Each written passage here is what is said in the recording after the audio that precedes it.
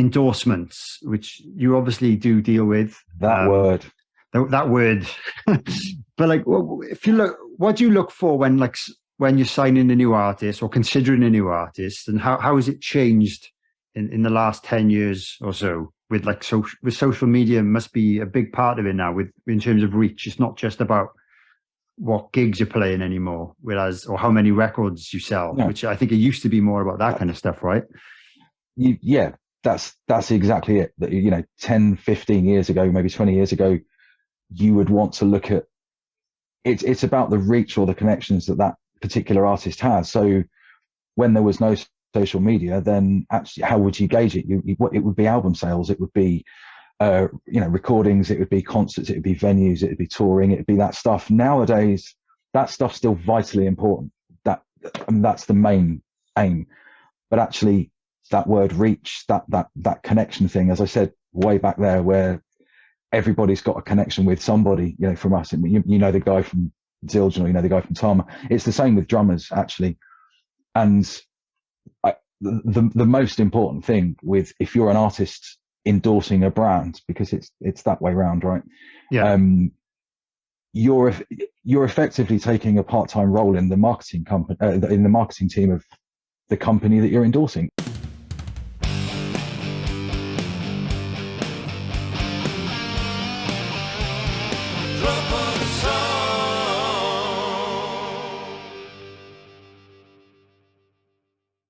Hello and welcome to another episode of Drum for the Song podcast. I am your host, Dane Campbell. Today's guest is the very lovely Martin Potts, who is Artist Relations Manager at KORG UK. They distribute Mapex, Vic Firth, Paiste, lots of other non-related drum brands as well.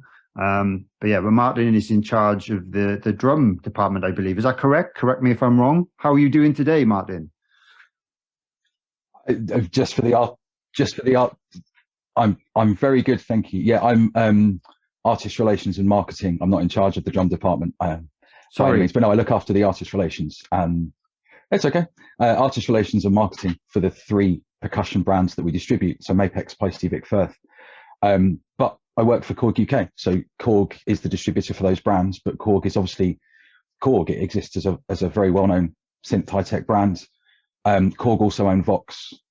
So the distributors around the world all distribute the KORG and Vox brands. We're unique in the UK in that we have a drum team with 3 brands in it. We also distribute Takamine acoustic guitars, and we just started a pedal company called Dark State, I think it was. That was last week. But yeah, I work in the drum team at KORG. Yeah, well, apologies for getting that wrong. But artist relations and marketing manager. So essentially, you're doing 2 pretty hefty jobs yourself. Yes. I'll add the marketing side of it actually is purely for Mapex. Okay. Vic Firth and Paiste, they're very self-contained, so they run their own marketing in-house. For Paiste for Switzerland, in Switzerland and California, and for Vic obviously in the States. But I have the marketing for Mapex in the UK to look after, as well as the artists. Wow. That's great. And one thing I don't even know, and I've never asked, but are you actually a drummer yourself?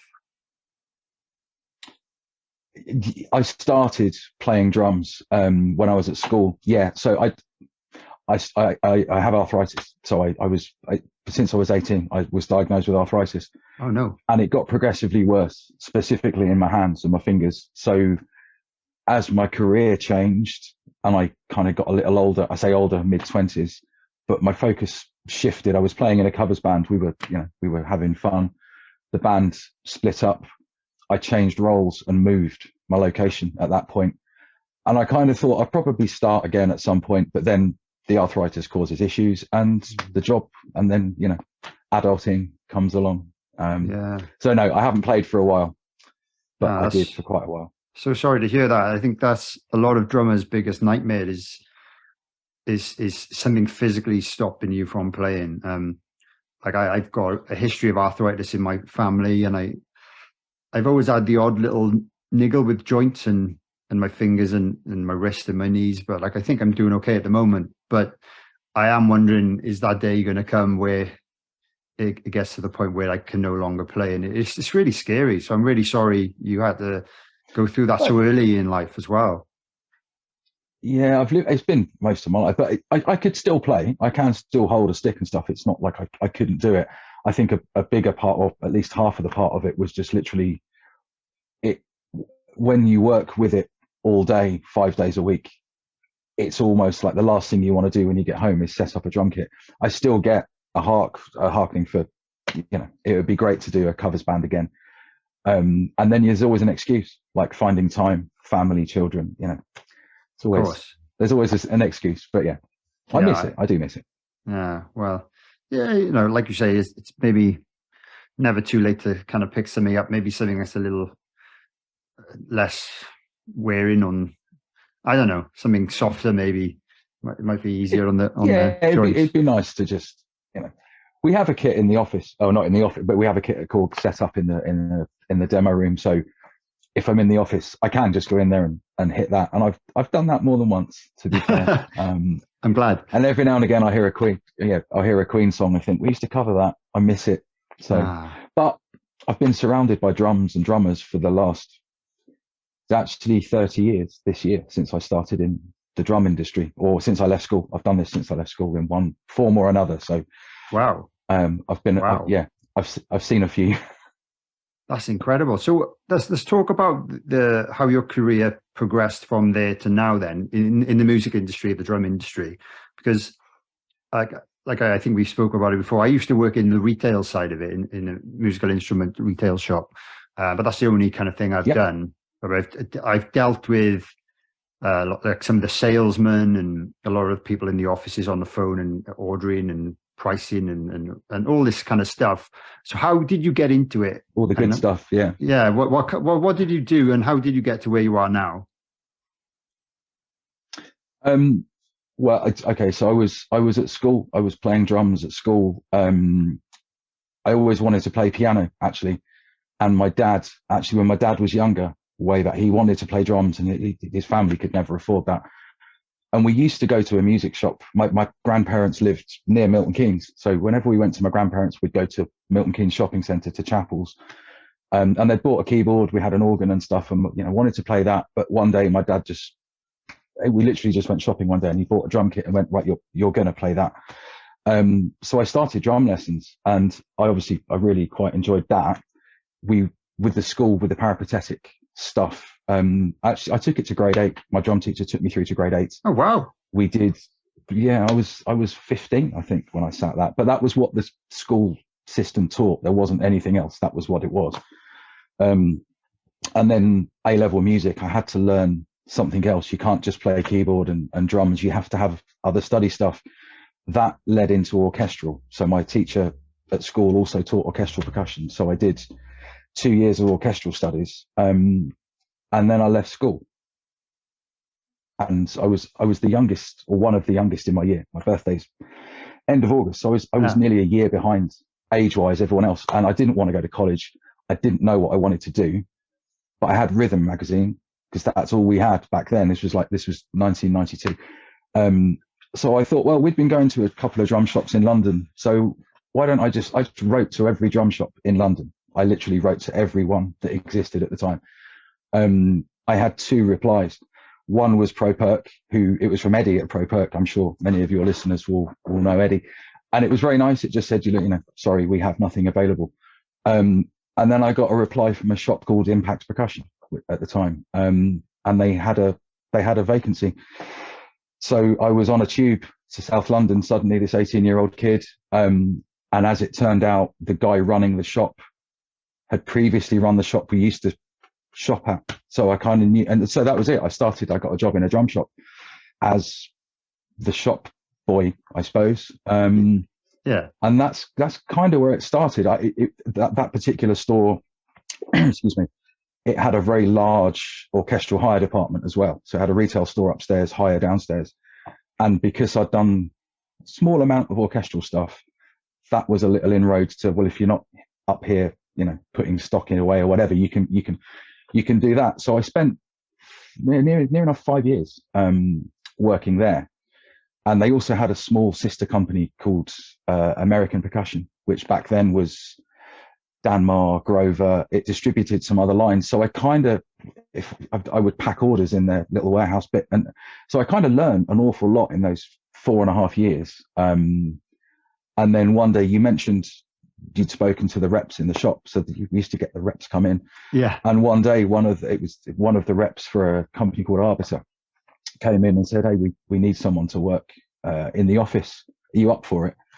And I think he just asked all the kids in the shops that he went into. But I went for an interview there, and that was my start in distribution. So that was 1996. Wow. And back then, that was Remo, Vic Firth, Sabian. They were the distributor for Fender, so it was a big old company. But again, a drum team with Vic Firth, with Sabian, with Remo. And then it went into LP and Toka and stuff. And that was the start of that. So I did 5 years, I think, there. And then I relocated to Milton Keynes. So I got a job with Yamaha at the time. Again, because the guy at Yamaha, everybody knows one another. He knew. I was looking, so I did pretty much 5 years with Yamaha. And then there was a brief interlude with another distributor in between. But then I got a call from Duncan at KORG, who is the guy that runs the division. Right. Okay. And I started there. I've been there for, this is 18 years now. And the drum team now, the three of us all work together at Arbiters in 96 forward. So it's a great team, and probably why we've all been there 18, 19 years now. Yeah. So that's a potted history. Wow. Well, it shows how you can kind of progress from being the shop boy. I started as the shop part-time boy on a Saturday, and I ended up being assistant manager at the shop I worked at, and then the kind of band started having a bit more of an opportunity, and then I had to make that decision of, do I stay here and actually have a salary, something stable, or do I take a big risk and go touring? And luckily I'm still doing it, but you never know. I've always got that to fall back on. It's definitely an industry I enjoyed being a part of.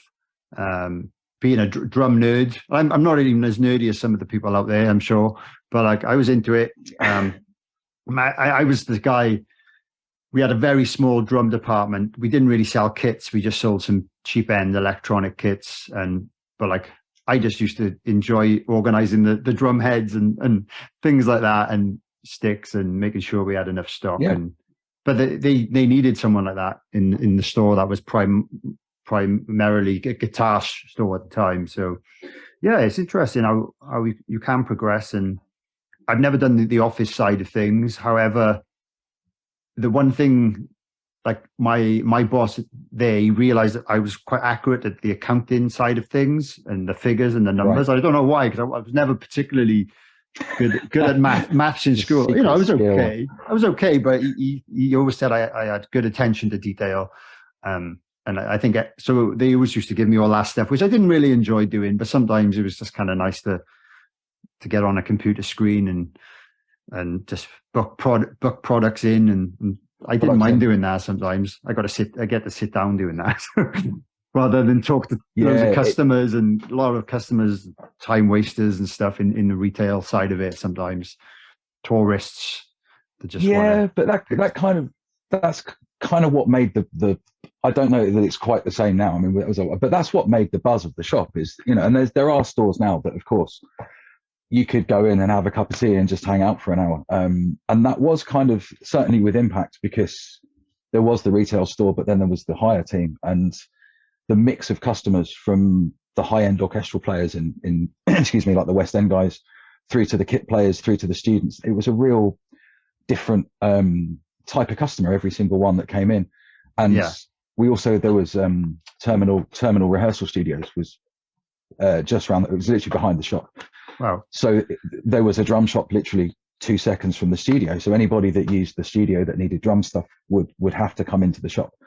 So I was like 18, and I said it before, it's like, it's one of the best educations for you as far as you think, it's different now maybe with the internet, but certainly back then is all we had was Rhythm magazine and your drum teacher. And you think, I went into that shop thinking well, I know drums because, you know, I've done my grade 8 and I've done this for 3-4 years now. And within the first week of working in that shop, you suddenly realize how many brands there are, how many drummers there are, how many, it sounds a strange thing to say now, maybe because of the internet and social media. But back then it was a real moment of, I'm not the only, you know, I was the only, there was only 3 or 4 drummers at school. So you come out of this thing where there's 4 of you and suddenly there's hundreds of them. But it's a real education, and it teaches you so much about the product, because you're, like you say, putting heads away. Yeah. That's how I learned really the difference between, say, an ambassador and a diplomat, was because me too. You're physically picking it up and putting it away, and you can feel the difference. You know, that it was a really good education. And there's a lot of stuff that I learned back then that I still use probably now. It was a real good insight, and I think anybody, go and get a Saturday job in a drum shop, go and hang out and just help and do stuff. It really does show you what's around and who's there. Absolutely. Cool. Yeah, absolutely. And if you're lucky enough to still have a local drum shop, I know, you know, they're dying off very slowly, sadly. But there's some sad reality. Yeah, it's the same in the guitar world as well. To the shop I talked about earlier doesn't exist anymore, unfortunately. Luckily I was there. Yeah, so that's sad, you know, and that shop had been there for 30, 40 years or something silly like that. But it struggled to compete with the internet world and all, you know, all this price matching and just if some, you know, I can understand, because I do it myself now when I buy any product, but when it's with something as personal as a guitar, I think I would prefer to buy the one I've just played, even if it costs me 20 quid more, than buy it off the internet, because it's not going to be the same guitar. And it's a shame, because a lot of people didn't really see that. A lot of people did, but a lot of people didn't. And that was part of the demise of that shop, unfortunately. But I definitely recommend it if you want to work in drums or get into the industry in any way. The best place to start would be a drum shop or a music store that sells it. And it's a way in, and you'll network and meet other people through that. There's still lots of people that I used to work with, and even people I've still got on my social media that I met, the reps and things like that I knew from the shop. I still got them on there. So if I ever need something, or if I ever, you know, I've got a query about something, I've still got access to these people. And that's just from, I started off working on a Saturday once a week. And great. It's good. There's so many people in the industry still now that when I started back at the drum shop, you know, 1992, there's still people in the industry now that were in it back then when I was there, just a different company, same person, different t-shirt. People do tend to, it's a great industry to work in.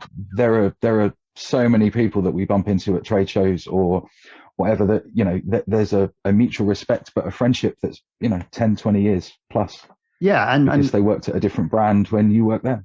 Yeah. And it's weird. So, like you said, you've worked for all these different brands. I know other people that have gone from this company to this company, and they're selling, I guess, competitive products with one another. I guess there's obviously competition, healthy competition, but I guess you don't really get rivalries as such. It's not really a rivalry kind of thing. It's just this exists. There's lots of options, so you can still all be friends and hang out at the trade shows. Yeah. It is a nice industry to work in. Exactly, and that is exactly what happens. It's not like I'm not going to talk to the team from Zildjian, or I'm not going to talk to the team from Tama just because they distribute a different product. Yeah, they're nice people. They all do the same thing. So that doesn't happen. I've never seen that happen in all the years I've done this now. Good. Yeah, and I remember. I specifically remember when I got introduced to you for the first time. I used to use a different cymbal brand, and the guy that I used to do with there was like, "Oh, Martin, he'll look after you. He's really cool. He's great." And maybe you used to work with him at some point. It would have been Phil Woods from EMD. So Phil, when we worked at Arbiters from '96 to 2000, that was the Remo distributor then. Yeah. And Phil was yeah, Phil was in the office with us then. So yeah, there's quite a few of those around. Yeah, so Connections like that. So he kind of he just said, "Oh yeah, he'll look after you. He's great and all that." So there was no hard feelings at all. He totally understood, and yeah, I figured he's still doing the Remo stuff, so I still speak to him from time to time because that's what I use, and yeah, fine. And I know all I know from working in the drum shop. That's how I learned about all the products. And to be fair, yeah, a great deal of what I learned or what I know is the same thing. Yeah. So, admittedly, as I say, we've got social media and we have all this stuff now, but the hands-on learning, being at shows, hanging out with the other brands, people, that's how you learn. It's your connections that you have, and that's just as important as a player as well, of course.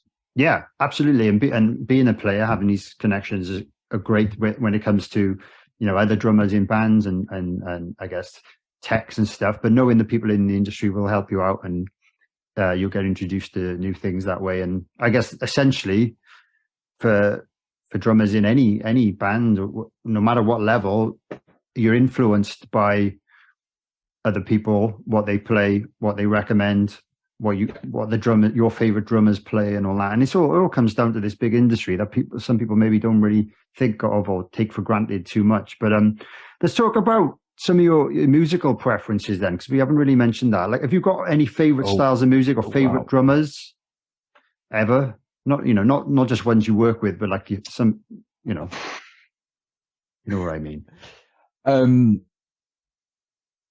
It probably there's been for drummers, there's been so many. But my earlier influences, actually Greg Bissonette was one of the first ones, because of that Buddy Rich Memorial Scholarship concert with the big pink pearl kit. And I remember we bought that VHS cassette. I was still at school, so but I remember that's one of the first things I remember seeing, that performance with that kit, and thinking, I need to know more. Who's he? I need to find out some more about him. Current right now, I'm really into Todd Zuckerman at the moment. Just his videos are great, and I really enjoy. But there are so many. You can't pin it to one. But certainly growing up, my musical influences were all based on what my dad told me I should listen to, and equally marred by some of the stuff he told me that I shouldn't listen to. Particularly Pink Floyd. He was always massively anti Pink Floyd, so I didn't discover Dark Side of the Moon until I was like 19. Wow. Thanks, Dad.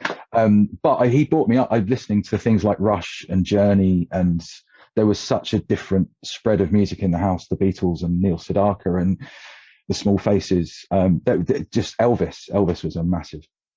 Like, he played that all the time. Nice. So Ronnie Tutt, there's another influence, definitely. And then your drum teacher, you go on and you learn about more drummers, and that kind of makes you want to look at someone else. But there's been so many. I've had the chance to work with. I've worked with Greg actually several times, and things like that, where you have that moment of, this is what I'm doing because I'm being, this is my job today. But that's Greg Bissonette. I had that moment. That's he's probably my favorite. What was the moment, if you don't mind? What was that special moment when you got to work with him? It was a drum clinic. I'm struggling to. It might have been the Drumfest tours back in the day, but we were maybe 2 shows in. I think it was Drumfest. We were a couple of shows in, and we were sitting in this very big. We were on the M6 in a transit. I remember, and he was reading Rhythm magazine. He'd picked up a copy at the whatever show we were doing, and he suddenly says, "What?" He said, "This is." He read something. I don't remember what it was, but he read something that struck him so much that he switched the radio off in the van. It's like, listen to this, and he read it to me. And that moment there, I just had this real, oh my God, that's Greg Bissonette. I'd been with him for at least a couple of days and possibly worked with him before, but there was this wonderful moment of Jesus, and I think I didn't answer him because I had that moment, and he was like, "Are you okay?" And I said, "I'm going to have to tell you this story now." And I just said, "Look, reality is this. I got that. That was my first, VHS cassette. The Pearl kit, and he kind of teared up a little bit, and he was like, "Oh, so your dad bought you that? So your dad's the reason?" I went, "Yeah." He went, "Is your dad still alive?" "Yeah, he's still alive." He went, "Can you ring him?" "Well, yeah." He went, "Right, ring him now." Whoa. So, okay. So I got my phone and I dialed my parents' house, and my dad answered the phone, and I went, got someone to talk to you, and just gave him the phone. And so they had this conversation for a couple of minutes. And I swear, about 8 years later, we did the London Drum Show. Greg Bisonet performed on the main stage. My dad came to the show, and that was the moment where I got him to, I was like, Greg, Dad, come here, meet. And then up until that point, I think my dad didn't believe that was Greg Bisonet. He just thought it was someone winding him up. So that's probably one of my best favourite moments of all the things. There's a lot of them, but that was definitely a big one. Wow, so he was a big influence. Yeah, that's really nice. Yeah, and I guess working with people you've been a fan of, I guess I can understand what that's like. Like sometimes I've shared the stage with someone I'm a big fan of. It's a similar thing. You don't always get the social interactions as much. Depends. Sometimes you do, sometimes you don't. These big festivals, sometimes the big bands are very separated. Yeah, they're all very separated and stuff like that. But yeah, you know what I mean. And I've got to meet lots of cool people through my dad and stuff, which is really, really nice. But yeah, that sounds amazing. Yeah. And it's great that you could involve your dad in it as well, who's a fan. Yeah, great. I've dragged him in a couple of times to somewhere, just like, if it was a fairly local event, he would come, because he played. So when I was having lessons, he decided he was going to have lessons as well. So he learned for about 4 years, and that was kind of it. He had some fun, and that was it. But so back then, when he was a little bit more healthy, I'd drag him out to a drum event every now and again and just shove him in front of somebody and just sit there. So yeah, great, nice. Great. Who was your drum teacher out of interest? Anyone you want to big up? Well, it was Clive Bunker from Jethro Tull. That was my, and again, I was. So my dad had bought that drum kit, and he decided he wanted to have drum lessons, and he found an ad in the paper. It was literally a little classified in the back of our local paper for a drum teacher in Leighton Buzzard, so kind of near Milton Keynes. And so he went and started having lessons with this drum teacher, and it was Clive Bunker. So he had, figure he'd just put an ad in the back of the paper, right? So Clive from Jethro Tull. And I had lessons with him for a couple of years.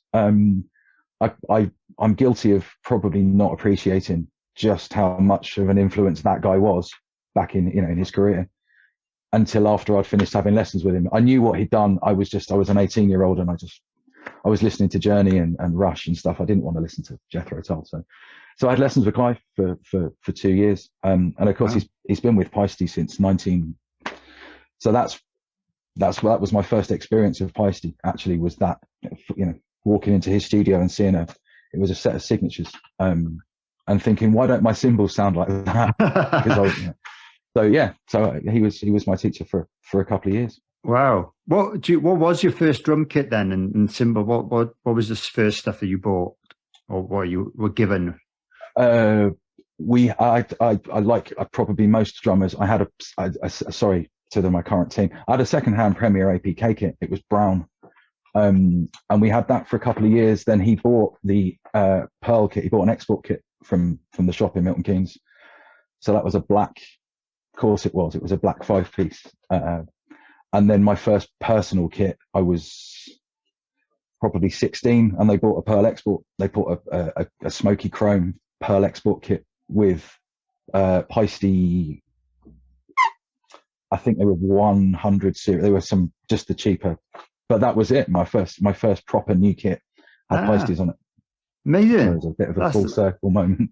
Yeah, that is really cool. And the Paiste 100s, I think I bought one of those secondhand a few months ago. It doesn't sound great. Yeah, but no, I mean it's a big. They did what they did. Yeah, they did what they did. I think it's just I'm so used to playing the current kind of high-end professional stuff. It's just.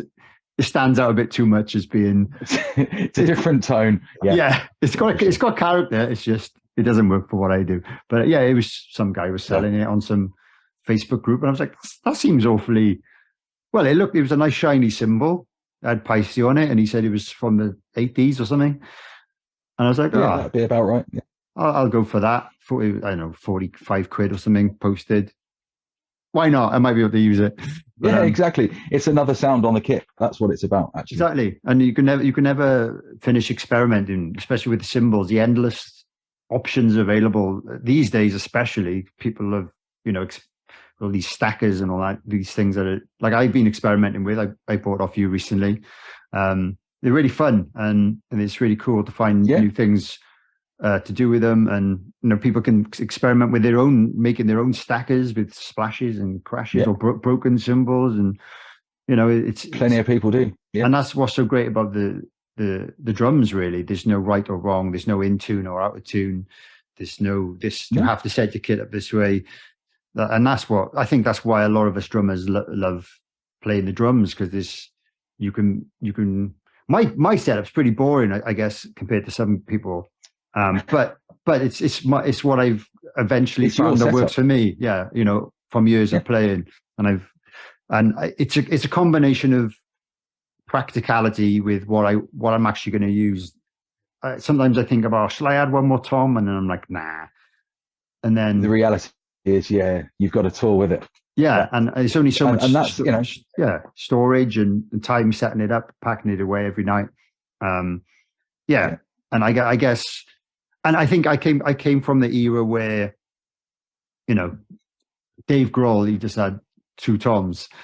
And that it was cooler to have a smaller kit than a bigger kit. Whereas I guess the generation above me, all the guys in the 70s and 80s had like 10 toms, and I kind of skipped that. They had all the drums. Every option was on the kit.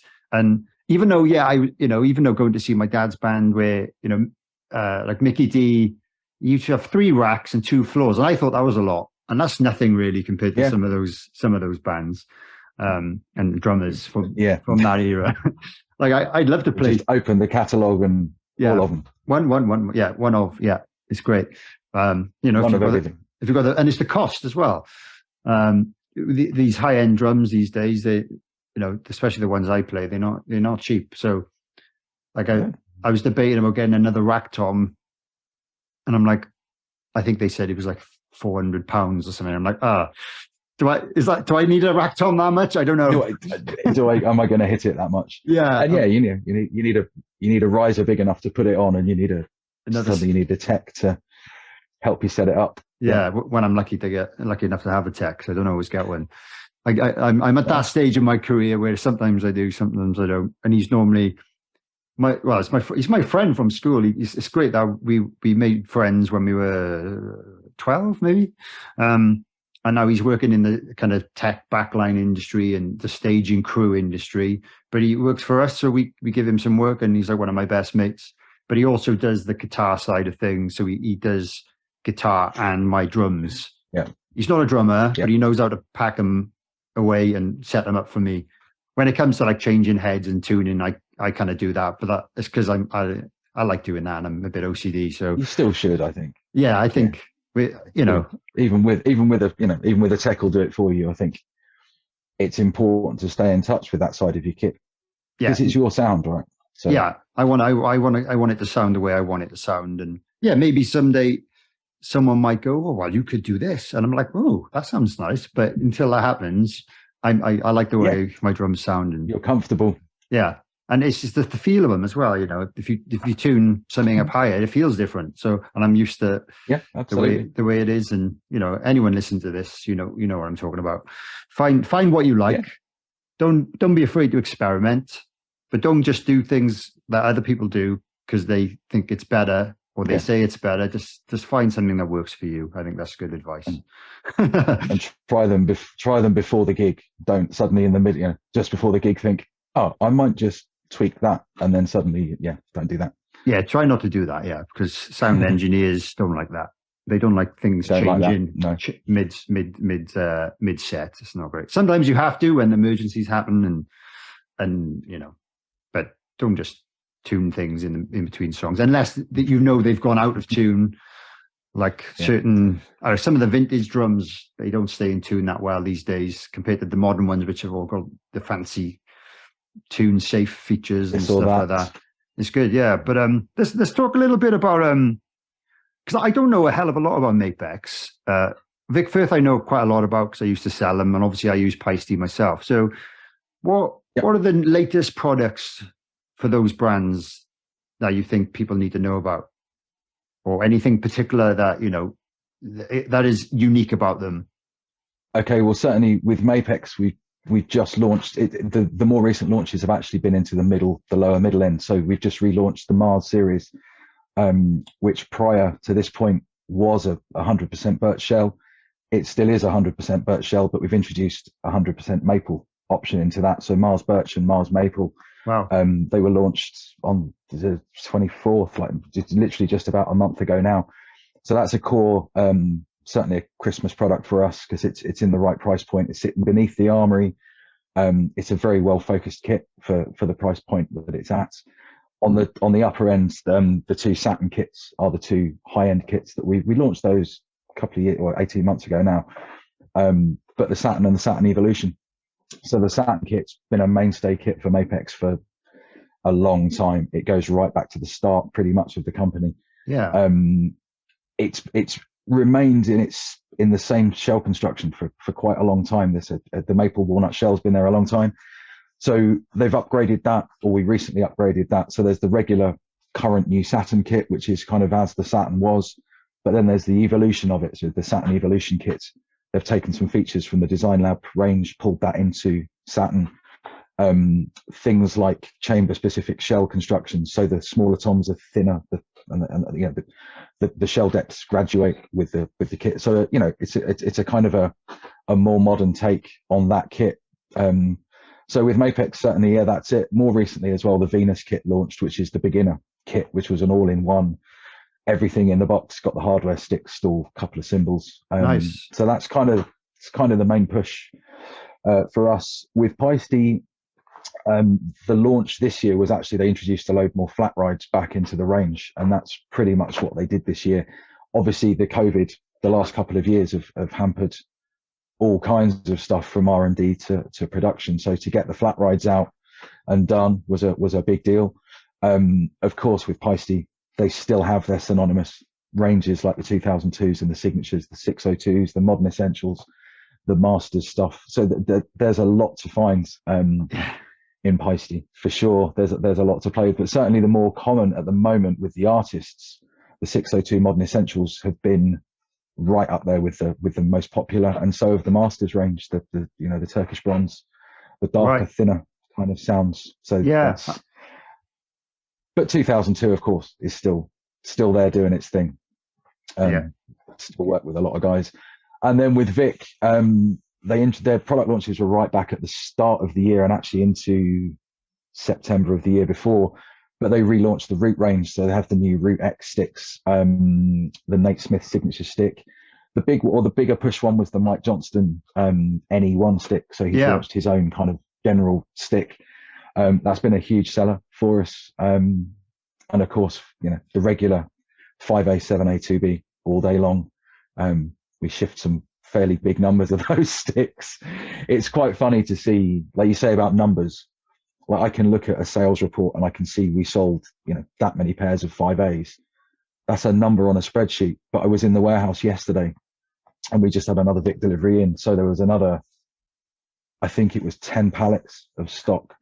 Like 6. There's a lot of sticks when you think like a master carton. Yeah. It's 144 pairs. It's a huge amount.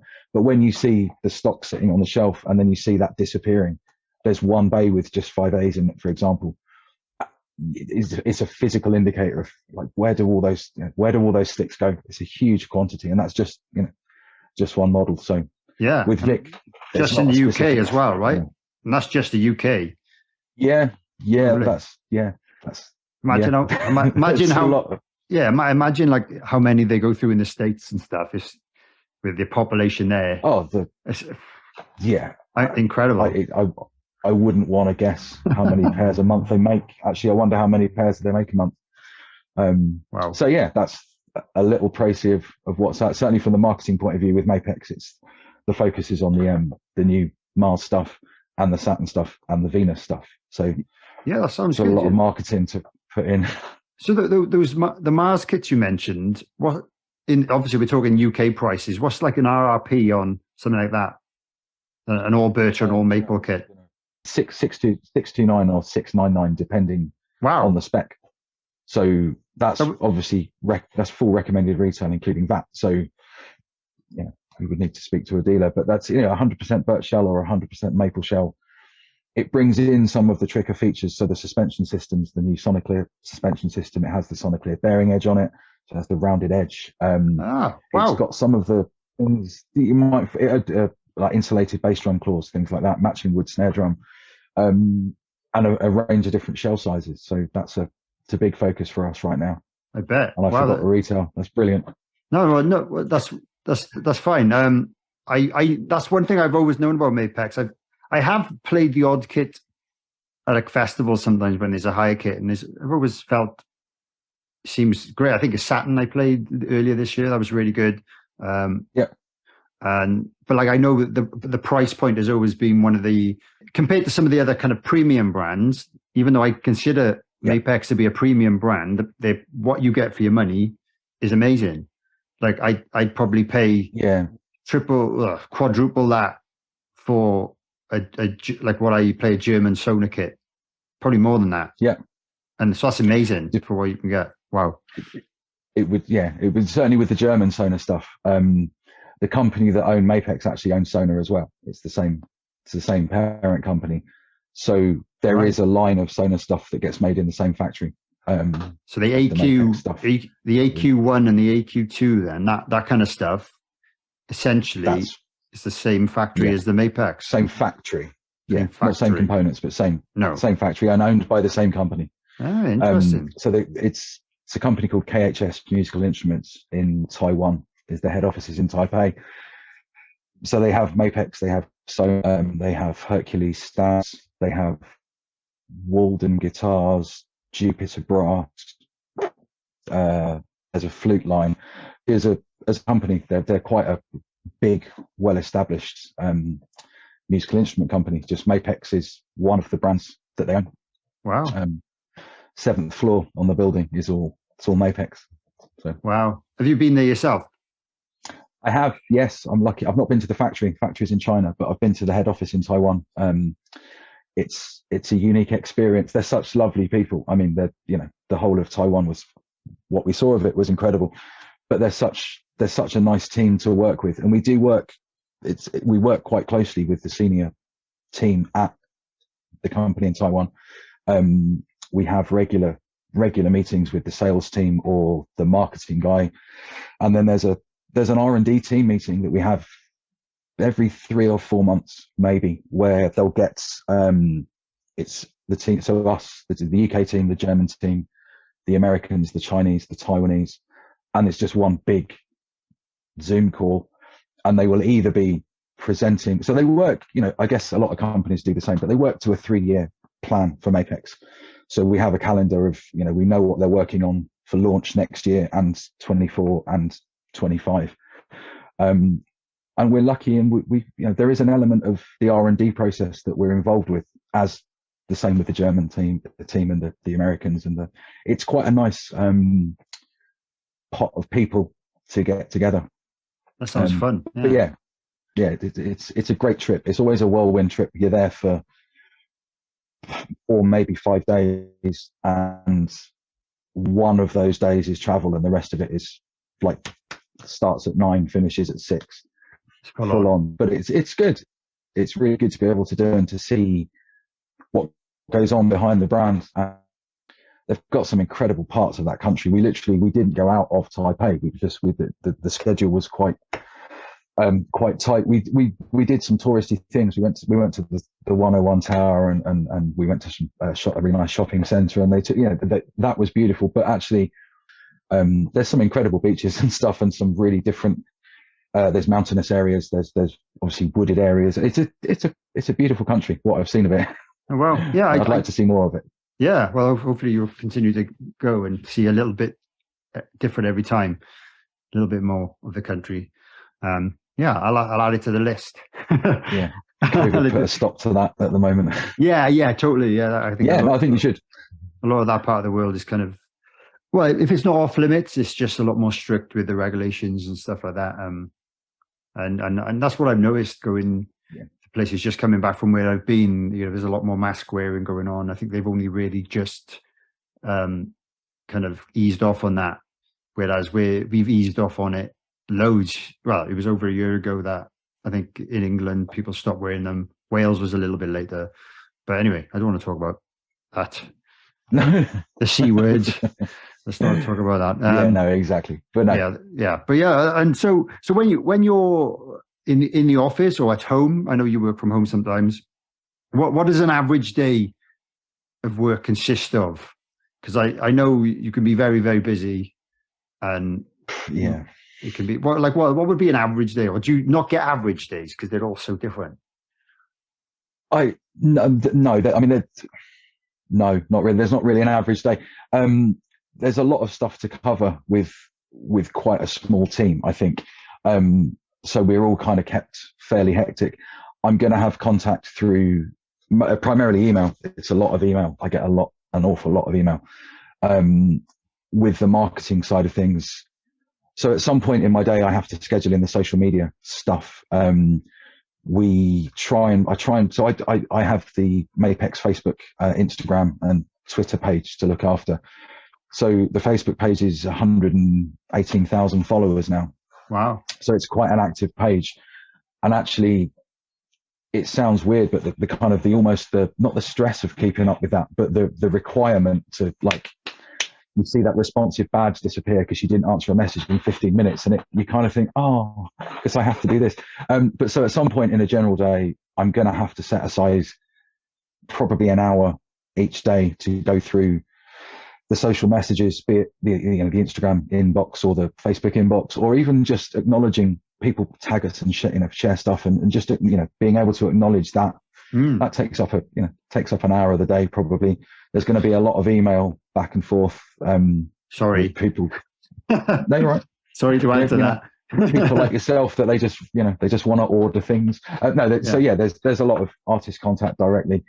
The bigger, there's bigger project stuff that we're working through. So even actually down to the drum show for next year. I mean, it's not until the end of October next year, but at least once a week something will pop up now where we have to think about that, or we have to talk about that because it's drum show related. So yeah, I mean, sometimes I'm going to go into the office. I have a visitor coming in. I had a visitor in last week. I have another one this week, just coming to test stuff. But actually yesterday morning, I spent a couple of hours in the warehouse just sorting out some marketing stuff, just moving some stuff around and kind of tidying up on some things. But generally, yeah, it's mostly focused around contact via email, the social media posting, the marketing requirement, and anything else that comes along. It's wide and varied, to be fair. I can empathize with the social media stuff, having to do that with bands since the MySpace days. I guess I was promoting bands on MySpace and stuff, and then it was, it moved into Facebook and stuff. But managing multiple bands, and I've always done that. Now I got the podcast. It's like it's very time consuming, especially when you want to put one post across different platforms and do all the tags correctly and all that. I know there's certain things that you can do cross posting with now, but it never seems to work. It never works that as well as it should, does it? And you want, especially when you're tagging artists and brands and stuff, you want to do it correctly. Sometimes the tag, like we use, depending on what we're uploading, we use there's a package called Loomly, which there's lots of them that will just link all your socials together, and you can just upload from one platform or from one place. But that will only work for, certainly with video content, it only go up to the video. There's a restriction on how much you can upload from that platform. So it's actually, and then who do you ask, really? Like if you've got a post in front of you, I've got a picture from Craig Rundell just sent me some pictures. So I have to schedule that tomorrow. So then, okay, we have to work the wording out. That's easy enough. But then do you want the same wording for all three platforms? Does that matter? Does it need to be different? And that just trying to, I don't know, mix things up a little bit. And for example, like Twitter, obviously you're limited with characters. So so like you can't use the same wording really. You have to kind of dumb it down a little bit. And is it up to you to come up with all that wording, or to the people like is there someone else at Mapex that say I want you to say this about this, or is it kind of down to you to come up with that? Because that's quite a lot of pressure as well. Yeah, 95% of it is down to me. There's a global content calendar which all the distributors, so Mapex head office run that. So there's a post every week. They do every Monday. It's going to be every Monday and maybe on a Wednesday. But basically, there's a calendar, so we have to look at that weekly. Okay. If I click on that now, there's a video due to go live on Monday. So in that case, everything's on the screen. There's the text. You're posting it like that. Oh. But with everything else, no, that generally falls to me. If it's a specific, we've done a lot of product focus posts for the last 8 months now, where we'll pick a range like Armory, and once a week we'll just put a post in product focus, Armory, this color. That was between the two of us, myself and my boss, we worked out what the wording for that was going to be. But everything else is down to me. I just kind of, Yeah. Yeah, and you just do it. It just reminded me actually because when I was at the music shop, it wasn't just me, but it was mainly me that did the kind of online stuff. And I guess Instagram was fairly new then. And like I was in charge of the Instagram page, and then they owned a guitar company, so I had all that. But what I didn't like about it, which I'm not sure if you can hopefully understand where I'm coming from, when I was not at work, so in the evenings when I was sitting at home, I was getting things come through to my phone from like work related stuff, and I'm like, I don't really like this. But it's not. But like I needed it on my phone to kind of easily to keep up with it. To keep up with it. But also, it's normally you want to take a photo of something in the shop or whatever. The easiest way is to do it on your phone, directly upload it rather than it is. You're right. But I did get a lot of anxiety about that stuff, because I'm like, I just want to be home chilling. And I'm getting work stuff through. I did. Yeah. And it's the point is actually the platforms make it easier. Maybe not so much with Facebook, but certainly with Instagram. My real stressor at the moment, not stressor, that's a silly, but the real pain in the ass at the moment actually is I've got some video content to schedule, but the file size is beyond the restriction of what our platform. So I tried to do it. I just do it from my laptop. Then it was a 700 meg video file, and it won't do it. It just will not do it. So now actually to do that one video, so it'll go to Facebook and YouTube like that. That's fine. But for the Instagram post, I've actually got to put it into a video editor, compress it to the right, whatever they want, 1920 by, I forget what it is. Yeah. And then shrink the file size so it's smaller. And then I have to save it to Dropbox on my laptop, and then open Dropbox on my phone and download it onto my phone and upload it from there. There must be an easier way. Yeah. I was thinking that yesterday. It's like, but it's tough, isn't it? Yeah, it is. And it's not hard work. No, we have a great marketing team at KORG. Personally, I look after the drum stuff, but yeah, their stuff's good. It always looks great. The imagery is always good, and I think I probably follow KORG myself, and I've actually got a KORG piano in my living room, so which I got from you guys back in the day. There you go. But it all works. But yeah, social media, man, and just like from a you're back. Genius. There's no one else in the house. I was going to say. So yeah, we have a great marketing team at KORG. I don't want it to sound like I'm completely isolated and on my own, because that's really not the case. I run that social page. At any given point, my boss, like literally yesterday, we had what was going to be a 1 hour marketing meeting that turned into a 3.5 hour, because we ended up actually, we should do some social stuff about this. So let's sit and talk about, and between us, we mapped that out. And again, imagery, when you say a lot of the imagery actually is supplied by the brands. That's one thing that they're very good when they launch a new product. They will generally, before that product launches, we will have all of the social banners and assets ready. We'll have all the photography given to us. That's good. But if not, at KORG, we have a photography, we have a photography room. But we have a great team of people there who we can call on to film. We've done quite a few video shoots in-house at KORG, or we've gone out and done them externally. So we do produce our own content quite a lot.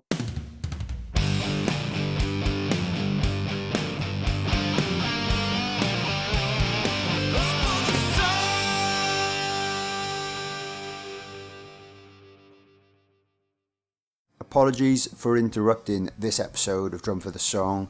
I really hope you're enjoying it so far. I just wanted to take a few moments to tell you about my Patreon page. This is a place where you can support the podcast in exchange for some bonus content. you can head over to patreon.com/drum for the song. There are 3 tiers available at the moment.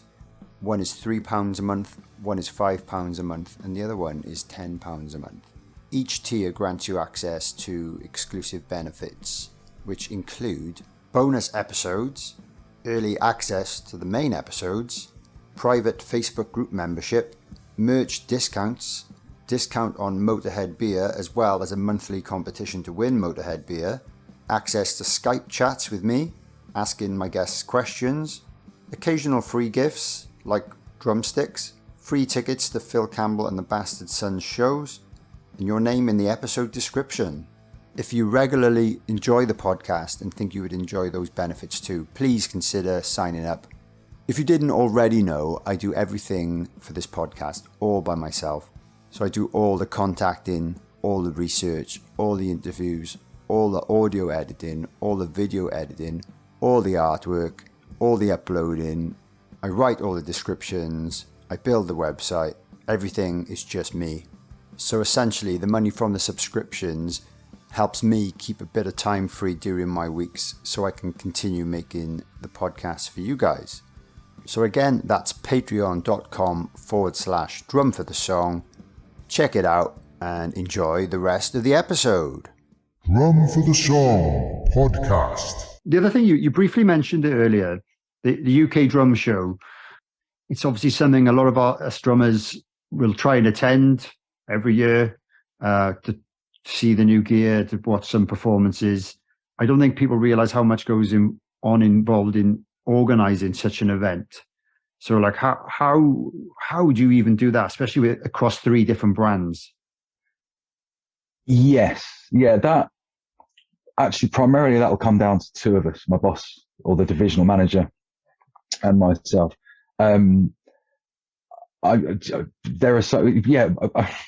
It's probably a little bit different each year that we do it, but the reality is we obviously will book a stand space, so our stand is going to be that big. So we know, I think last year we were 24 meters by 6, I think it was, the big old stand. But so you've got a box now, you've got that's what you know you've got to work with, and we know actually Vic Firth's going to be the smallest footprint because obviously the product's way smaller. So we've got a preset kind of counter that we use for Vic Firth, and that almost takes care of itself. So we would then actually start thinking about Mapex. We start with Mapex because obviously the footprint of the product is a lot bigger. So you're going to take effectively a kit is an 8x8 riser, no matter which way you put it. So we've got to take what ranges do we have to take? That effectively gives us a kit count of, okay, well, we need to take 8 kits. So those 8 kits are going to fit where on the stand. So we will we've done it in Excel before, where we literally just drawn squares, because sometimes that's the easiest way to do it. Just, you've got to work out where it's going to go. It often is as basic as that. We know we have to take that many kits. We know we've got that many risers. So if we put the risers there, and there, Vic can go there and Paiste can go on the kits. Yeah. And we build it up like that. It's literally it's like a little board game. We have at one point we actually marked it out in the car park as Heath Robinson as that is going to sound, but with a big stand like that, with like a 24 meter back wall. Wow, that's a big footprint. And you can look at it on a piece of paper as much as you like, but reality is, how far is that from that? So we did one year, we actually went out into the car park and we put, I think we used boom stands, but we actually marked out, right, well, let's measure that. So that's what we're working with. That's what we've got to look at. So and we literally build it around that. We know which products we have to take. We know how big our stand's going to be. So it's a game of fitting the product that you're going to take onto the space that you've got. It's always a challenge, and it takes a long time, but it's the same for everybody, I guess. Everybody that's got a bigger stand, you've got to put product on it, and you've got to work out how you're going to display it, and then what graphics are you going to need, even down to the, how many cables, how many plug points on the stand, how many power points do we need, where do we want the lights to go. It takes a long time to do that stuff. So we will generally structure it over a course of months, and traditionally, with the show being when it's end of October, So realistically, we need to be in really somewhere around June, like properly getting on the planning case with that. Wow. Because summer holidays will happen, and then suddenly before you know it, it's August, and then it's September, and then the show's in 6 weeks, and you've not got your graphics done. So That's crazy. It's good fun. It's a hell of a task Yeah.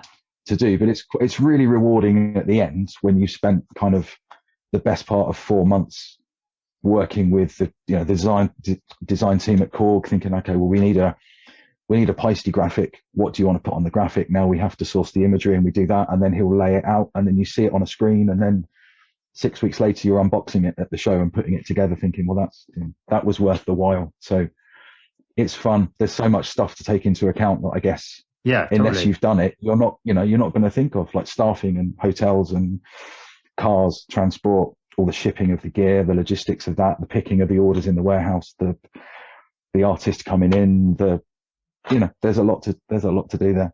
Yeah, I understand how much work it would take. I guess it reminds me a little bit about like tour managing, which like my band, we kind of sometimes tour manage ourselves sometimes. So we're very hands on with everything we do. So I can imagine, a crazy amount of stuff. I assume there's like a budget you've got to stick within as well to keep within. So someone's decided that. Yeah, we have to loosely. We run, our financial year is April to April, so we've already, all the exhibitors for next year have already put their deposit in, but so that kind of had to cross to the next financial year because we paid the budget now. But the first port is the stand cost, because before you put anything on the stand, you've got the cost of the stand. Yeah. So that's where your budget starts, actually, is there. Wow. And then it's almost kind of, we will then set ourselves a target of, we can't spend more than that. But then you start factoring in graphics or brochures or backdrops or, the artist fee, the flights, the cars, the transport. It's a big game. Yeah, and it's a fun game. I'm sure it's fun. And when you're there, like you said, you get to meet some of your old friends and some of the artists that get to perform. And I'm sure lots of people just show up as well that But it must be quite a big risk for any company, knowing they've got to spend that much money in the hope that it obviously benefits their products down the line in the next, I guess, just for the next 12 months of awareness of that product, which will hopefully turn into sales. So it's amazing. It seems to go down really well every year. But I don't know how much people sell at these things, but it's not direct sales either, really, is it? Sometimes it is, maybe. No. And again, no, you don't. Most of the distributors won't sell directly to an end user, because you have your stores in place to do that. You would be crossing a line of distribution agreement. But actually, what will happen is the brand will work with a retailer. So actually, if we take last year as the example, we used Drummerson, not that far down the road from yourself, I believe. Yeah. But so Drummerson ran the retail side of it. We put the stand in and put all the stock in and the display and stuff like that. So you're buying from Drummerson. You're not actually buying directly from KORG for that. Yeah. And all the other distributors will work the same way. But they were quite unique because they actually had a stand there. Because it's not many drum stores will have a stand at these shows, really, is it? Not many. So they were one of the only ones, I think. Not as an individual, no. There are, Sound Attack have done that before. There's been a couple of retailers do that, but 9 times out of 10. So Dan and the team at Drummerson basically put their retail counter onto our stand effectively. So the sales they deal with that side of it. And some of the logistics as well, and certainly staff. I mean, that's the other thing. It's generally the two of us that will make those basic decisions as to how the stand gets done. Yeah. But actually, for that show, we had, I think there was a team of 10 to build that stand, and it took all day on that build day to get everything in and unpacked and set up and stuff. So it's not, there's two of us in the planning stage, but after that planning stage is finished, it's a much bigger team of people. I don't want you to think that it's all me, because it's definitely not. By a long way. I'd never do that. So there was drummers and staff and our staff. It's a big undertaking. It's good fun. We've done it for years. I can't remember how many years we've been doing those shows now. It was obviously the London Drum Show was the show before that, and then that became the UK Drum Show, which was in Manchester for 3 years, and then last year they moved it to Liverpool, and it's Liverpool again this year. So cool. Well, yeah. So anyone that's in the UK, if you've never been, I think you will certainly enjoy it. If you're into drums, you must have some interest if you're listening to this. But yeah, it's a lot of work that goes in. Absolutely. And you get to see a nice wide range of just product, and it's really cool. You get to talk to the people that are involved in some of the creative side of the products as well as well as seeing some great shows and clinic performances by some people. I'd love to go. It's always at an awkward touring time for us. I went once a few years ago with my mate Gordon, which I don't think you know Gordon, but it was great. And it's really noisy, and then you have a few minutes of quiet time. Well, you do your business. Technically it's 15 minutes of noisy. So the start of the hour to the quarter past of the hour is the noisy period, and then technically the next 45 minutes are quiet time. It's a drum show. It's never going to be quiet, is it? No, exactly. But yeah, you're right. You get to see most of the brands will be there. The staff from those brands will be there. Often they'll bring in, so from our point of view, for example, Christian from Paiste, who's the head of A&R for most of the world apart from the US. Christian's been over a few times and just hung out on the stand, or Rito, who's their marketing guy, has been over and just hung out on the stand. We've had the team from Taiwan, from Mapex, to come over a couple of times. So you get to, you'll get to meet the drummers just wandering around as well. It's kind of cool people watching when you stand on a stand and you can see someone kind of walk past and we're just like, was that? Because the drummers that generally will perform there, they don't generally turn up, do their 1 hour set and then disappear. They'll hang around in the hall and just go and see stuff because they want to see it too. Yeah, we're all drum nerds. Yeah, exactly. We're all drum nerds. Yeah, you can get up close and touch the gear. Yeah, we'll see what my schedule's like next year, and I'd love to come again. So we'll see. There's a space on the guest list if you need it. I appreciate that. Thank you very much. So I get a lot of people specifically message me about this. Like lots of drummers I've met over the years and played with, endorsements, which you obviously do deal with. That word. But like, if you look, what do you look for when you're signing a new artist or considering a new artist, and how has it changed in the last 10 years or so? With social media must be a big part of it now. In terms of reach, it's not just about what gigs you're playing anymore, or how many records you sell, which I think it used to be more about that kind of stuff, right? Yeah, that's exactly it.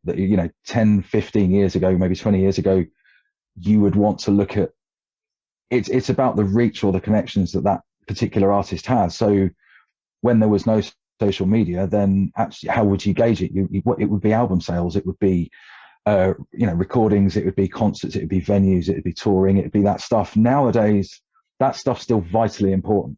That's the main aim, but actually that word reach, that connection thing, as I said way back there, where everybody's got a connection with somebody, from us. And the guy from Zildjian, or the guy from Tama. It's the same with drummers, actually.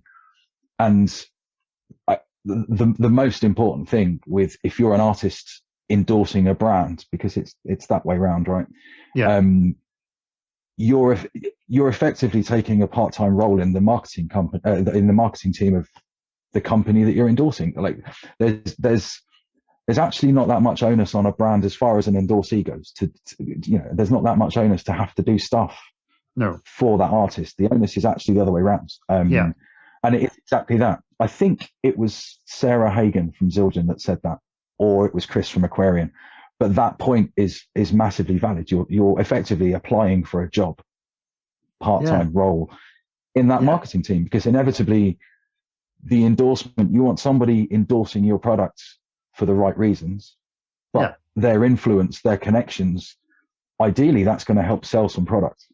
And a marketing budget for anybody can only exist off the back of a sales performance. So the ability to push that message of the brand is vitally important. Yeah. So what we would look at actually is how they can spread that message, how they can promote that product, how they can influence people. And it's not always about live performance. It might be, so like Martin France is professor of jazz at the Guildhall. He's got an amazing playing career, but actually he's professor of jazz at the Guildhall. He's been with Paiste a long, long time, but his playing career is there. But that influence of the students that are learning jazz at the Guildhall are hearing his masters or his 602s, or that is a different side of it that's nothing to do with touring or performing. It's true. So yeah, reach, engagement, and what that person can offer. What can they bring to the brand? That's vitally important, and that's one of the main things that we would look for. And the other brands are the same. That's not unique to Mapex, Paiste, or Vic for sure. You want to help sell products. Yeah, exactly. So you've got to be confident that you can, for someone who wants to, apply. I do get a lot of people asking me. I was lucky. Well, I've had connections which have helped me meet people from some of the brands that I use. Some of them were just organic. But yeah, a lot of people say, put me in touch with this guy. I'm like, it doesn't really work. I've got to ask them, am I allowed to put you in touch first? And then, I can't, that's all I can do really. And I can put a good word in for you. I can say, you're a great player and you do lots of stuff online or whatever, but that's literally all I can do. And I understand that I'm, especially all the brands that I play, maybe the stick brand are a bit more niche. I use Vincent sticks, but with Sona and Paiste, I know I'm a very small, in terms of the reach I can offer is very small compared to a lot of their bigger artists. So I don't really like being in that position too much. Or I don't feel like I can really advise that well. No, you see, you're putting yourself down a bit, I think, because really? I see your social posts. Well, yeah, I see your social posts, and you do that side of it. Yeah, but you do. Yeah. But actually, you've got a wealth of knowledge just because of the career that you've taken. You've been a player for however long you've been doing it. You've been touring, you've recorded, you've played in some massive venues. Your voice is important. So for someone to ask you advice, that's pretty cool. You can't influence. You couldn't phone me and make me sign somebody. No. But you know what goes into it because you've done it. So therefore, if there was somebody that you knew that was a really good player and you knew they were good and you knew they could do that stuff, and you phoned me and said, hey, this guy, that recommendation is gold. Okay. Because they might not have already asked. So there is an important side of it there. And that's why, again, those connections are important. Who you know, who knows you, they all have a meaning somewhere along the way. And they might lead to nothing. They might lead to a gig. They might lead to a session. They might lead to a massive gig. I'll use Josh Divine, the One Direction tour, to talk of connections. Basically, Josh, he entered a competition in 2008 that Mapex ran called The Drummer of Tomorrow. And he won that competition for the UK side of it. So he won a year's free endorsement. But there was something about, when we saw him playing then, he was still at school, and you could tell he was just like, he was a great, great drummer. He was grounded. His dad had a history of having been in a signed band as a vocalist, and just did another album actually. But so his whole background was like, this kid, he's got to do something. He had the Skepta gig for a while. He played, there was another grime artist. I've instantly forgotten who it was, but he had a friend on Facebook that was a fixer, just a guy that he'd met somewhere maybe, or just knew that guy. And that guy happens to be the guy that got the phone call when the band that became One Direction, they won, was it The Voice? I should know. But they won that competition. X Factor, probably. Sorry, yeah. That one. So at that point, somebody decides they're going to do a TV show. So it was Red or Black. It was an Ant Deck game show. So somebody got a phone call saying, it was a drummer and a guitarist, I think. We need someone available Thursday. They've got to be young. They've got to be reasonably good looking, but they've got to be reliable and turn up and play to a click. And that guy was friends with Josh on Facebook, and he just remembered the face and just thought, that guy, maybe he's available. So Josh got a call from that guy just because of a Facebook connection. Wow. Literally because of that. And one show. It was literally, and he was doing the Skepta gig. He played at Wembley on the Capital FM gig, and it was like, oh, whatever. I'm available Thursday. I'll turn up. Wow. He turned up. He mimed a track. He did it well, and he went home and he got paid. And a week later, they got another TV show. So because he'd done it the first time, he got the call back. So by the time that band became, this is going to be a band now, we're going to audition it, that one connection from Facebook had already kind of helped him in somehow. Yeah. He auditioned it and he got the gig, and then suddenly, it became the biggest tour in the world. So those connections are really, really important, whether it's your drum teacher, your music teacher, your tour manager, just, getting to know people and what have you. That's vitally important. Yeah. And yeah, absolutely. And yeah, it's interesting to know like how you put that then. Someone that I recommend is better than someone, I guess if someone contacted you randomly, found your email online, and they just, even if it was a really nice email, it wouldn't stand out to you as much as if one of your artists had recommended them. And it's just, okay, that's interesting to know. That's not to say that everyone that's watching this or listening to this should instantly phone Dane. No, not so good. But what? No, But what I'm saying is from someone who does it already, and they're already an artist on one of the rosters that I look after. Yeah. For one of them to recommend somebody, then they know what what's involved. So you wouldn't recommend me somebody that you knew wouldn't be good enough or wouldn't do it. So actually, yeah, that's valuable. I was going to say that the other thing I wanted to just mention, I have mentioned it in previous episodes, is that when there's people who search for brands they want to endorse just so they can say they've got an endorsement rather than play the brands that they want to play. Mm-hmm. And I think it's really important to find out what you want to play first and what you like.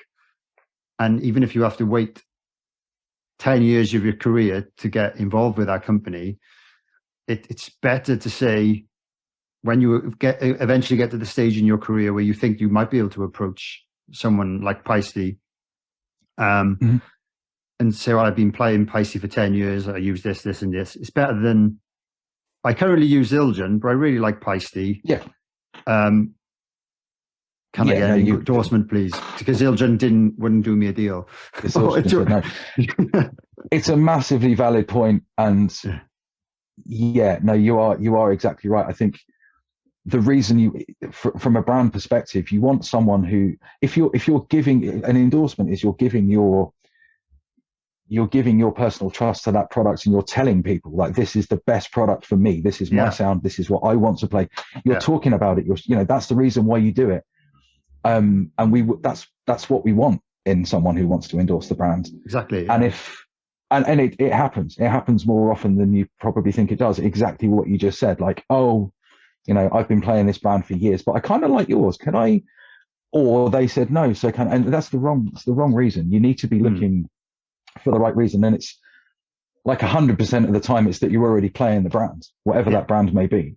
Don't be that guy where, again, and social media opens you up to it in a way that if someone does the research and the email comes in through the correct channel, I can see their Facebook page straight away. And anyone would, an employer would maybe just have a little look at their Facebook page and let's see what we can find.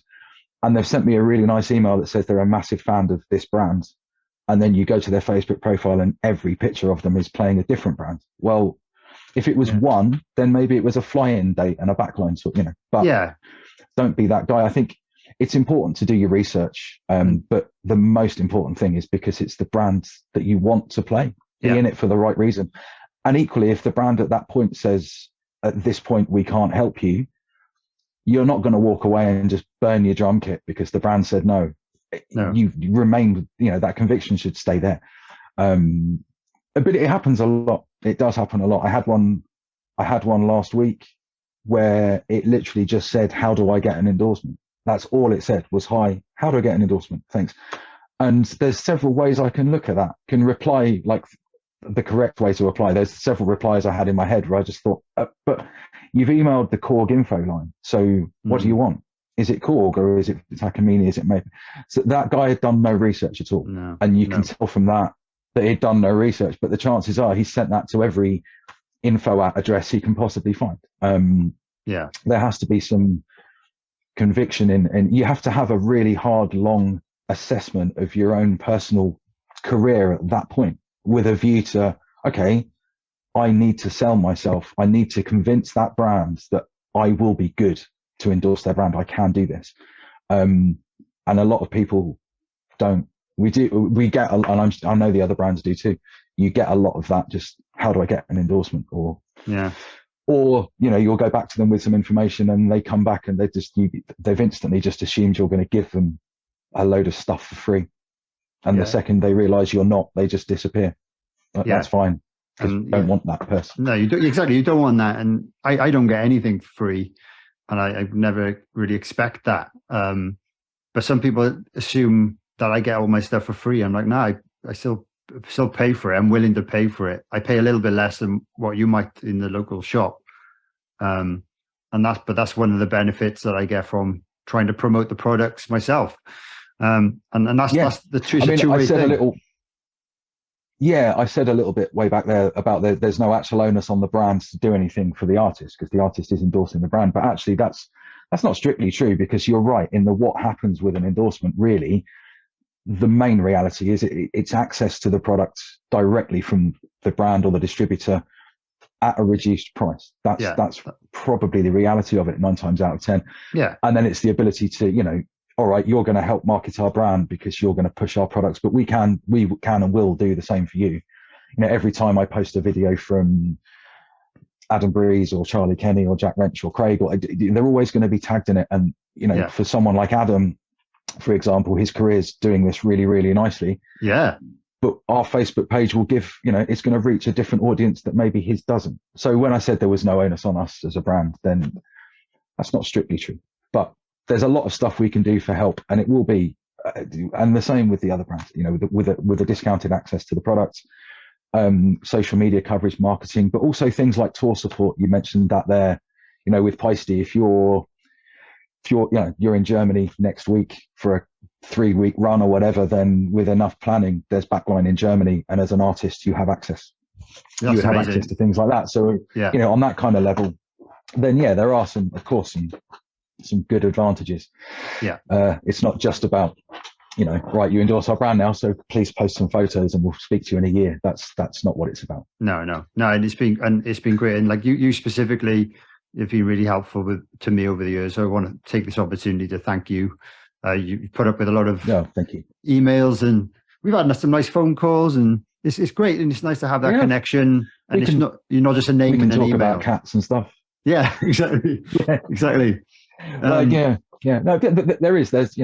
reality is everybody, we all have a social life, we all have a personal life, and that thing you said about your phone, you have to use your phone for the socials, and you're never going to switch it off.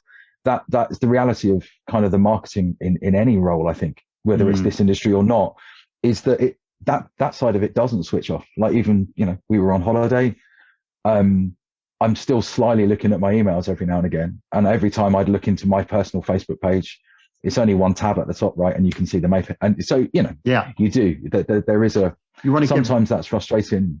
Yeah. But it's your choice. Yeah, it's your choice to do it, but it's my choice. But it'll say, you want to get rid of the notifications, don't you? You want to kind of get rid of them. Yeah. And they know that's what's addictive about it. And it must be hard though. And the one, it's that responsive thing. There's that responsive badge thing. You have to answer to the every email within 15 minutes, and you get that badge at the top of your page that says you're responsive to emails. That's like a badge of honor. And mine's our one's dropped at the moment because I missed a message yesterday. So things like that, and I sit there, I'm not going to beat myself up about it, but personally, I'm thinking, oh, damn it. So if I'd messaged the brand, I wouldn't personally expect a quick reply at all. So that's really good that you even get close to that. That's good to hear. No, I honestly wouldn't. Not on social media. Yeah, it's more active on Facebook, I think, purely because of the way the notifications work. But again, I have a rule with Holiday. I'll switch my email notification off on my phone, so at least they're not pinging up. I will look myself. But, you got to look after your mental health, because that's the kind of stuff that can ruin it. I know from. Yeah, that pressure, and I was talking to my eldest yesterday, so she has some college stuff to do, and just hearing her say, like, oh, the pressure of having to do that, And when I'm looking at her saying that, I'm thinking, oh, come on, I can tell you that's, let's break it down. Let's do this. Let's do this. Let's do this. Let's do this. But I never really do that to myself when it comes to my social posting or something. I never think, actually, if I just spend 2 hours tomorrow, I'll get that done. I think, oh, I got to do that now. There's another picture, quick, post it. Trying to beat that American one post a day thing. That's the rule. I know what you mean, but they do say you got to be, the consistency is the key, and that's the thing I struggle with. And and especially when I'm not on tour and I'm not rehearsing and I'm not in the studio. Yeah, I do get weeks of downtime with regards to my playing. I don't practice enough, which is my problem. I don't have an acoustic kit that I can smash out at home, which I'd love to be able to do. And if I did, I would probably make more content. But I can't really do that with my living situation. But there's not a lot of people that can, to be fair. Let's be honest. It's very rare, yeah. So when it comes to consistency on social media, it's like, well, I haven't always got something to post about. And I try and do the podcast thing, but I don't want to bombard people with the same thing. I only, I do one episode a month, so I can't post about that 30 times a month about the same thing. I try and vary it up and make clips and things like that, but I don't know. It's hard work, and it's hard for musicians out there. It's not easy. No, it's not easy. This social media stuff. I'm too old for this. I'm not, I need my daughter to come and give me some input because she's younger. The kids know how to do it. But yeah, I know what you mean. We've almost come to the end now. I've got a question actually from one of my Patreons of the podcast, Adam Thomas, who's a great guy, great drummer. He's got a good question. How we've touched on it a bit, but not really. How large of an impact do endorsements or artists have on the overall success of a product or product line compared to traditional marketing and advertising campaigns? That's a very good question. And actually one, ironically, that we were discussing, we were talking about this a similar thing yesterday. So we had a marketing just catch up with my boss yesterday where we were looking at the run up to Christmas. Actually, that's what we were looking at. So actually we have to do a mail out for the drum show team. They're doing some sponsored mail outs at the moment for the exhibitors. So they're giving us a platform to share stuff. So we were going through that stuff, and then we started to look at, so Mars, specifically the Mars series, we need to push that. So what content have we got available? And that led into a conversation of, actually, should we just get some of the UK guys to film some content for us? Because what we've got is what it is, but it's filmed in the US. We need some more of it. So I think actually the artist right now has a bigger impact with the product, purely because the retail situation, the stores are struggling. So it's relatively easy to get a store to promote your product. I don't mean that rudely. I mean, if we're going to launch that new kit, we can give you all the marketing materials you need to promote that on your web store or on your website. But the only people that are going to see that necessarily are the people that follow the store. Whereas if the artist produces something, we can post that, they can post that, and hopefully that has a wider reach. Personally, I think the artist has a bigger involvement right now, because again, what can we share with a retailer? We can share static, really nice quality shot studio imagery only goes so far. Whereas if you've got someone like, let's say Charley Kenny, for example, Charley's done a fair few videos for us. And every single time where he's done that, he's lucky in that he has a very nice access to a very nice studio with cameras. But every time we've done that, we've sent him a product, and that's all we've done. Or we've sent him a product and said, well, give us some solo stuff, give us some track stuff, and the rest is on you. And the reason we do that is because then he's not saying, he's not guided by us as far as the brand as to what that video should be. We know he's a good player. We know he can film. What we want, Charley, is for you to just take that product and don't want to give you the product and say, right, you're going to do this, you're going to do this, you're going to do this. There is a time when that will happen. But primarily, no, we prefer them to be organically created, because that message then is that person's message, not the brand's message. Yeah. So yes, I think the artist has a much bigger role now in helping promote and sell. it's difficult, I suppose, to counter that. It's difficult to quantify. Like if we've given 10 dealers, for example, that asset, that image, and they all share it on their website and they all sell 2 or 3 of that product, you can easily say, well, it's obvious that worked because they sold it. That's more difficult to do when it's an artist video. Yeah. Because what you want to see is the uptake coming back through the store. But no, they have a massive role. The artists, all of the brands, artists have a massive role in helping promote that product, and their reach is different to our reach. Somebody might not want to follow Mapex, but they love following Craig Blandell, or they might not want to follow Paiste, but they want to follow you. So it's another channel to what am I trying to say? To push a message, basically. Yeah. Totally. So yeah, no, the artists are vitally important in what we do, and we're constantly, like, the content we share generally actually is a very good mix of brand produced static imagery, artist produced video, artist shot stuff on the road. It's a nice mix of it, and I think that message is important, that it's not just sponsored ads from us all the time. There's varied content from people out there using it. Yeah.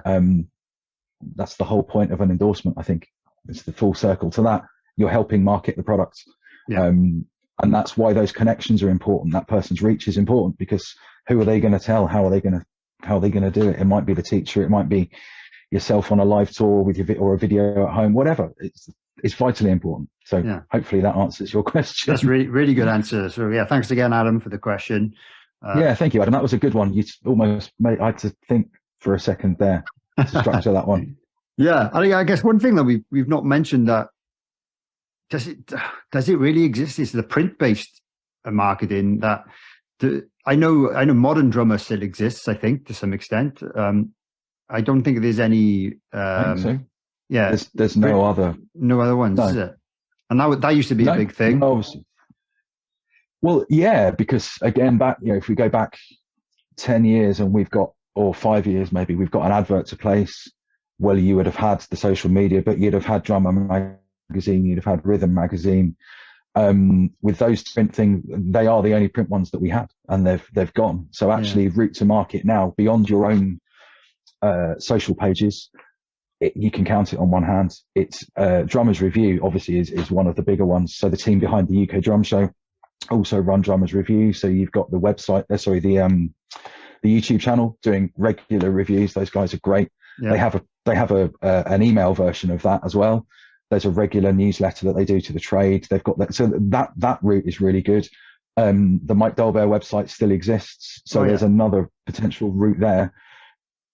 But that's almost it, really. Like guys like yourself popping up with the independent podcast is another way to do it. But outside of that, no, it's our own social output and relying on the stores to post the pictures and stuff.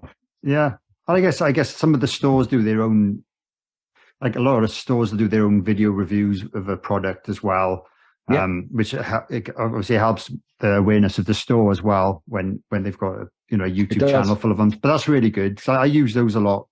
If I want to hear the sound of a cymbal, I'll just find myself on some American pages, American stores website. But it's and we do the same thing. Yeah, like sometimes it doesn't happen often, but sometimes. I'm trying to think of an example, but say a brand will produce a video to talk about a product, or they'll produce there you go, there's your video. And then you'll see somebody from one of sometimes the bigger music stores who've produced just a kit in their studio, and actually maybe that's got a better message because it's not branded again. It's all about you can hear the drums, you can hear the, it's a fine line between the properly branded scripted content with nice graphics on the screen and stuff. Sometimes people don't want to see that.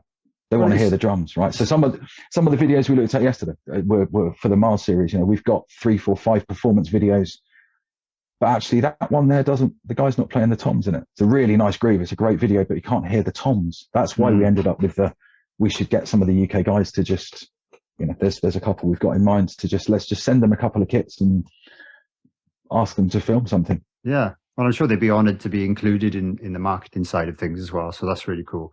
So I'm sure they love it. We're quite lucky actually with Mapex. Yeah, we're quite lucky with Mapex in that there's certainly 4, if not 5, of the main the UK artists that have the ability to record and film at home.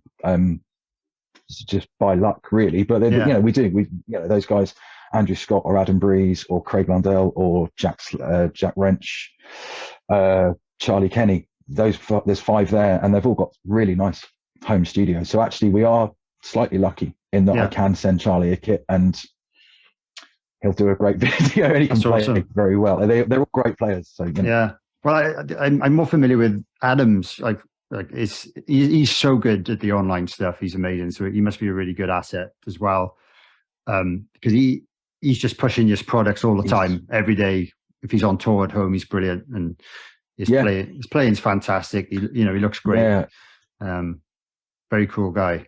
I spoke to him just before I jumped on here, actually. But Adam, I mean, he's there's a good example, and not taking anything away from the other artists on the brand, but it's just a good example of his passion and his dedication to what he does has never stopped. No, even when he's been through the ups and downs of the bands and this working and that not working, and I'm sure he won't mind me telling you, when I first started working with Adam, he was still working. He had a full-time job. He was working at a cinema, and I remember him coming into KORG one day. He was quite young. He was fairly young, and he was almost a little naive.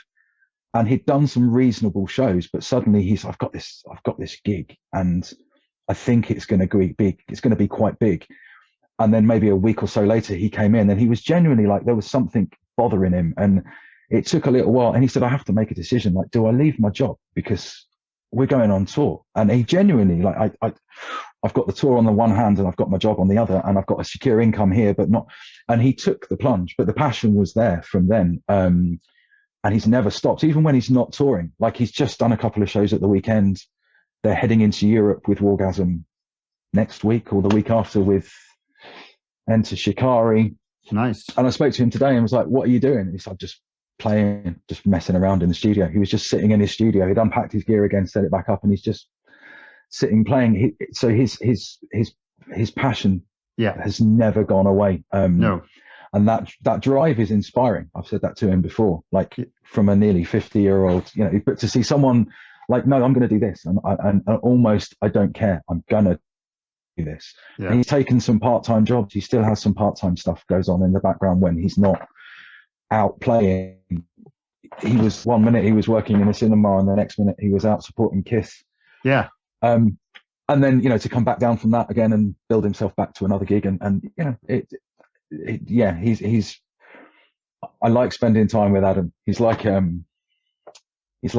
little puppy. I mean that in a nice way. Like, he's just constantly thinking about his playing or his sound or his next lick or how to make the cameras look better. It's just, the passion is passion never changes with him. Yeah, he deserves it. He does, and he deserves a lot more than he's in a successful band now. But I hope he becomes one of those really famous rock drummers. He deserves to be. He's and like you said, the drive is insane. It pushed me to shame, I must say.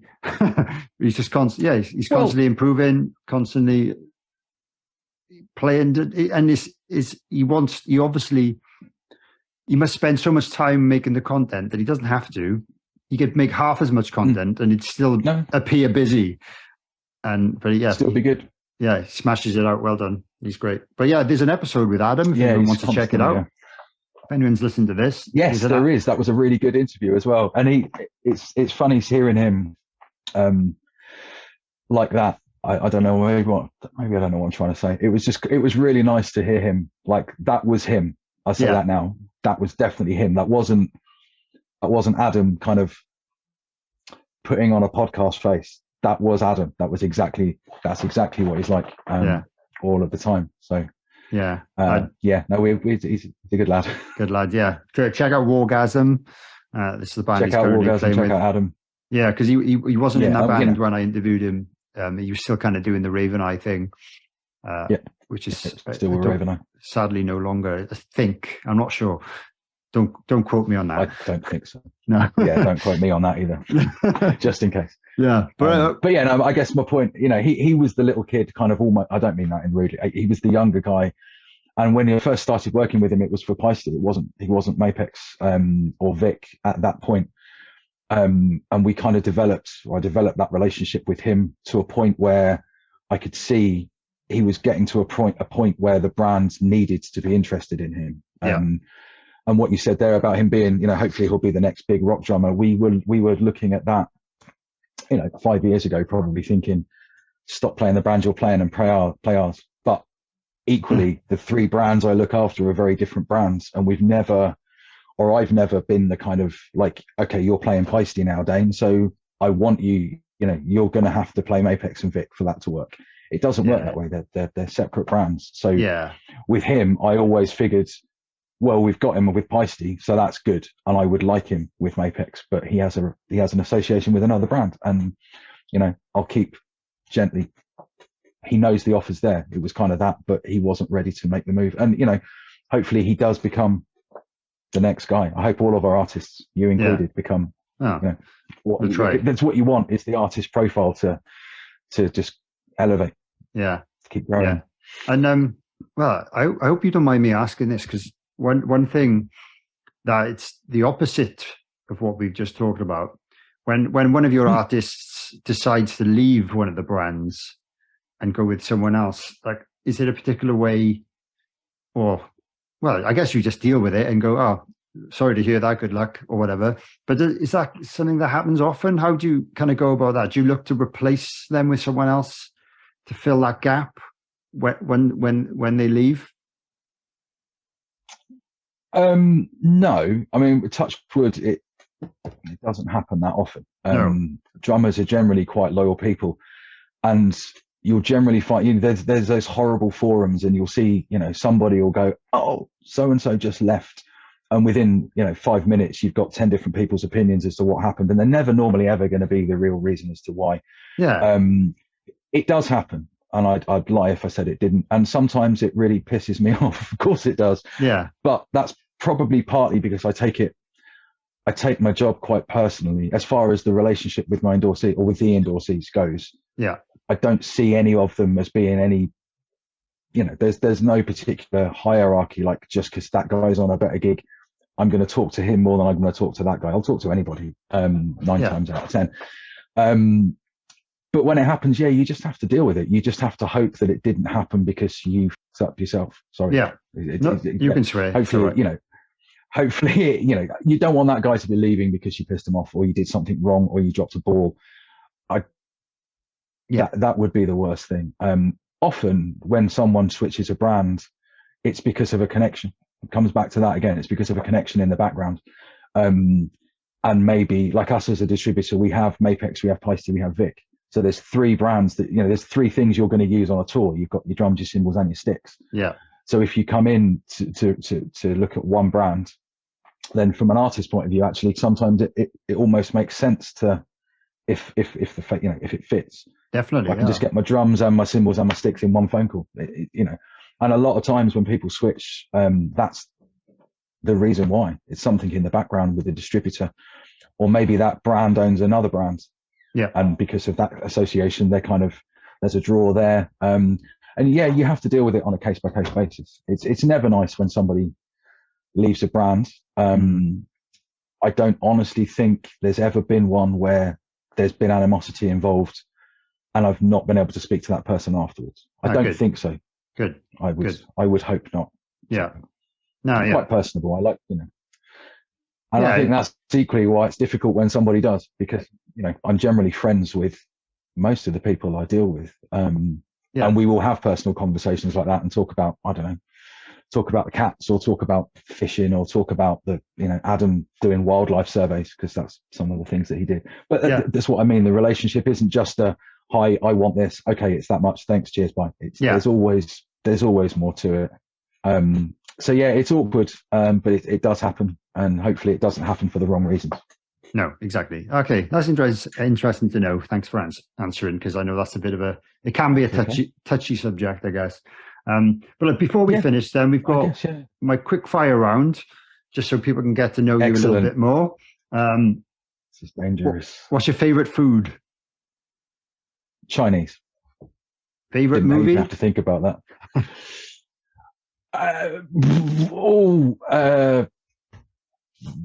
Cannonball Run or Caddyshack or The Abyss or Aliens. There's a few off the top of my head. Okay. Guitar or bass? Bass. I'd love to play bass.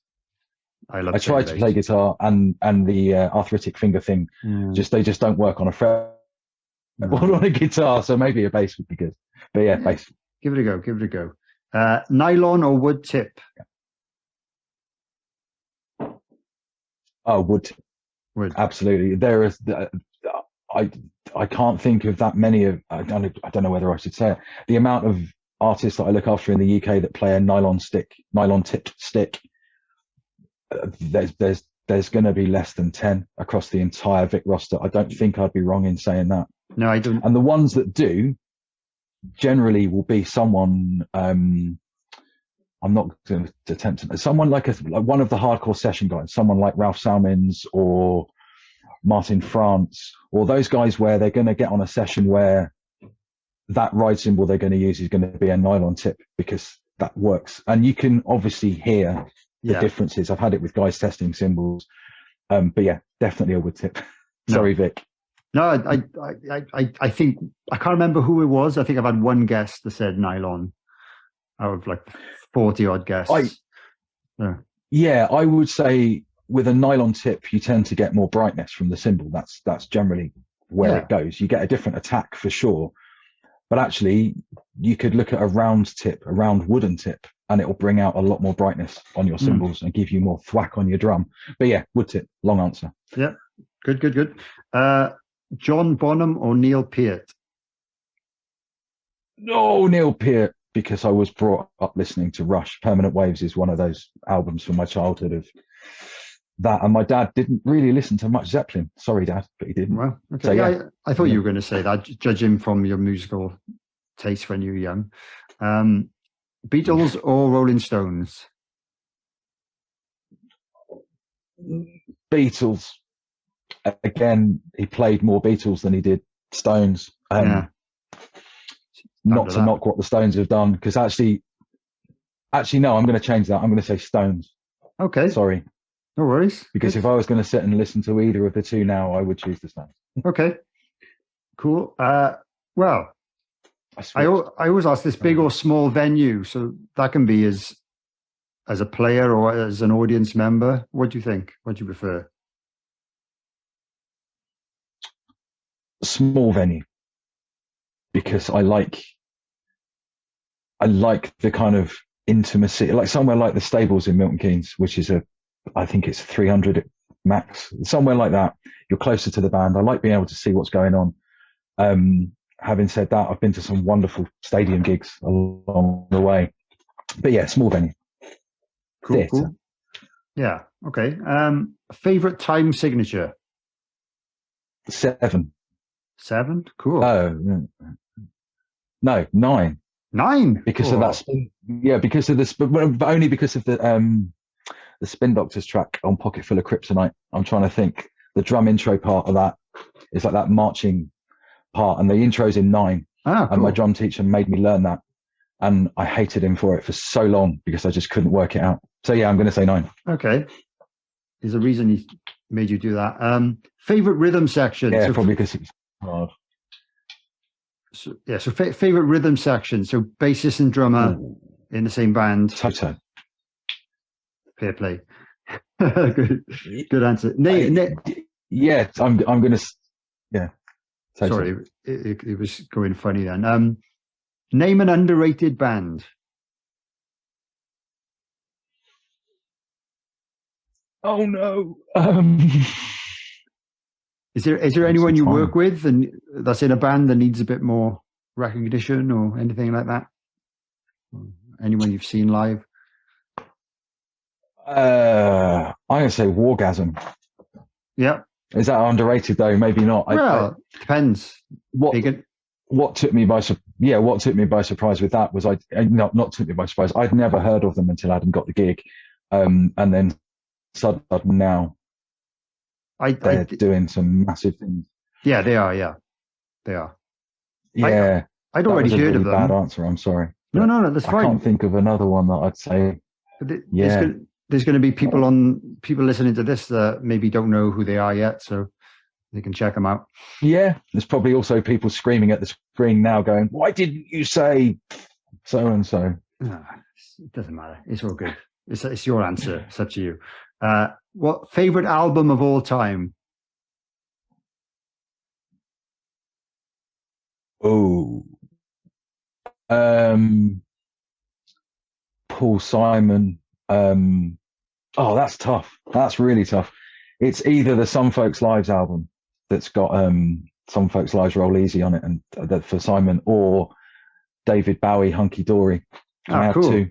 Cool. Yeah, just have to. Hunky Dory Hunky Dory. Just two particular albums from my childhood that I discovered later on in life. I was probably 18 or 19. I wasn't that later on in life, but where one of my friends went, "What do you mean you've never heard that?"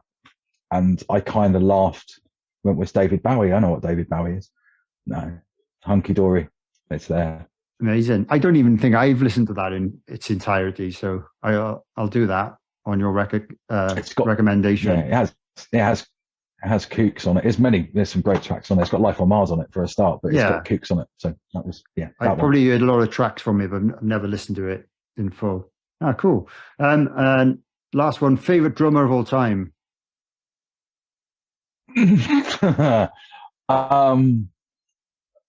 I don't think that's a fair question. I would have to say probably Greg Bissonette then, actually. Yeah, just purely because of that, that I've toured with him. I've been out with clinic events with him probably 4, 5, 6 times. We spent a lot of time together, and he was that first kind of childhood idol of wow. So Greg, sorry to everyone else. I know it must be hard because you've got relationships with so many. That's a really tough question. Yeah, I know so many of them, same as yourself. Yeah, good. And then the very last question to end the show. Everyone has to answer this. If you could start your own dream band with yourself on drums, dead or alive, who would the other musicians be? Who would you have in your band with you? Oh my gosh. Bass would be Pino Palladino, probably, or Nathan East. It's going to be Pino or Nathan. Nathan East, because Pino comes up a lot. Play. Yeah, of course he does. Yeah, do you know? I only noticed yesterday. This is sad. We were listening Radio 2. We weren't listening, but the lady in red came on. All right. And we got it on in the kitchen. So in our kitchen, we have a pair of half decent speakers. And there was a point in that track where I thought, that sounds like that Paul Young track. And my other half said exactly the same thing. I went, that sounds like the same. I wonder if it's Pino Palladino on that. I didn't know that until yesterday. I didn't know that either, to be honest. Random. Yeah, no, we were in the kitchen cooking dinner, and I went, is that? Because he's got that sliding fretless bass sound in the middle, Lady in Red. And I thought, that sounds like Wherever I Lay My Hat. And I Googled it, and it's Pino. Cool. So Pino for bass or Nathan East. Keys, Jordan Rudess, probably, or Rick Wakeman, maybe Rick. Ooh. One of those two. Yeah. Rick's funny as hell, and Jordan Rudess, I met him once. He's just a different level of musician, actually, Jordan. There's a lovely story about him where I think he was a kid, and his parents took him to a piano lesson at maybe 4 years old. He was young. Wow. And after the lesson, the piano tutor said something along the lines of, it's nice to see such a young student who has obviously been playing piano for a while. And his parents said he's never ever played piano ever. There's an awesome video of him he did for KORG. He's a KORG endorsee. And there's a KORG mini piano that we do it's tiny little toy piano, it's called. And the US team asked him if he'd do some videos with that. And there's one, he's sitting in the back of his car. He has, I think it's a Volvo Estate, and he opened the boot up and he sat cross-legged in the back, dressed as a wizard, playing 2 little mini keyboards. Jordan or Rick Wakeman. And guitar, I don't know. Probably David Lee Roth. Let's say David Lee Roth. Does he even play guitar? No, he doesn't, does he? He's the singer. He's the singer. I'm trying to think. I've ruined it now, haven't I? Sammy Hagar. Well, I don't know. I don't know with guitarists. I'm not a big guitar fan. Okay. Mike no guitar. Stone, maybe Jeff Beck. Jeff Beck, maybe. Jeff Beck. Just because of Guitar Shop. Maybe. Yeah. Just based on that album. There's so many bloody good guitarists, and I couldn't think of one off the top of my head. It is difficult. Yeah. I saw Jeff Beck recently. He was incredible. He's still incredible. Jeff, he was amazing. So I would like to. Again, Guitar Shop was just one of those albums I got given when I was at the drum shop. The shop gave me that and went, listen to that because it's got Bozio on it. And that was the entire reason I was told to listen to it. I still listen to that album today. Still pops up every now and again. Nice. I've embarrassed myself so badly. No, it's fine. That's cool. That's a cool band. At least I didn't say Eric Clapton. Yeah, you're not allowed to say him anymore. I don't know. He's a bit controversial these days. But let's not talk about Eric Clapton. Yeah, no, he is. Right, but no, bass would be difficult. I'd have to have both of them. I have two bass players. Yeah. No, there's no rules. No rules in music. That's cool. That's no amazing. Rules in my group. No, exactly. And we'll just play Queen covers all day. That sounds fun. Would you have Freddie Mercury on vocals? Oh, without a doubt. Yeah. Yeah. There's no one else you would want on vocals, is there? He comes up a lot. He's probably been on at least 10 people's bands since I've started this thing. So we're quite a big Queen family as it goes. Yeah. There's often Queen on in this house somewhere. Nothing wrong with that. Nothing wrong with that at all. No, great. Martin, I've really enjoyed this. I know we've had a few technical issues. So sorry about that. Might have taken a bit longer than we thought. Thank you for asking me to do this. As I said to you before you click record, I was pretty nervous. Like a lot of people, Zoom calls a lot or Skype calls or whatever it may be. And I talk to people a lot, but I was really quite nervous. From yesterday, I was starting to think about it yesterday, thinking, sorry. Thank you for asking me to do it.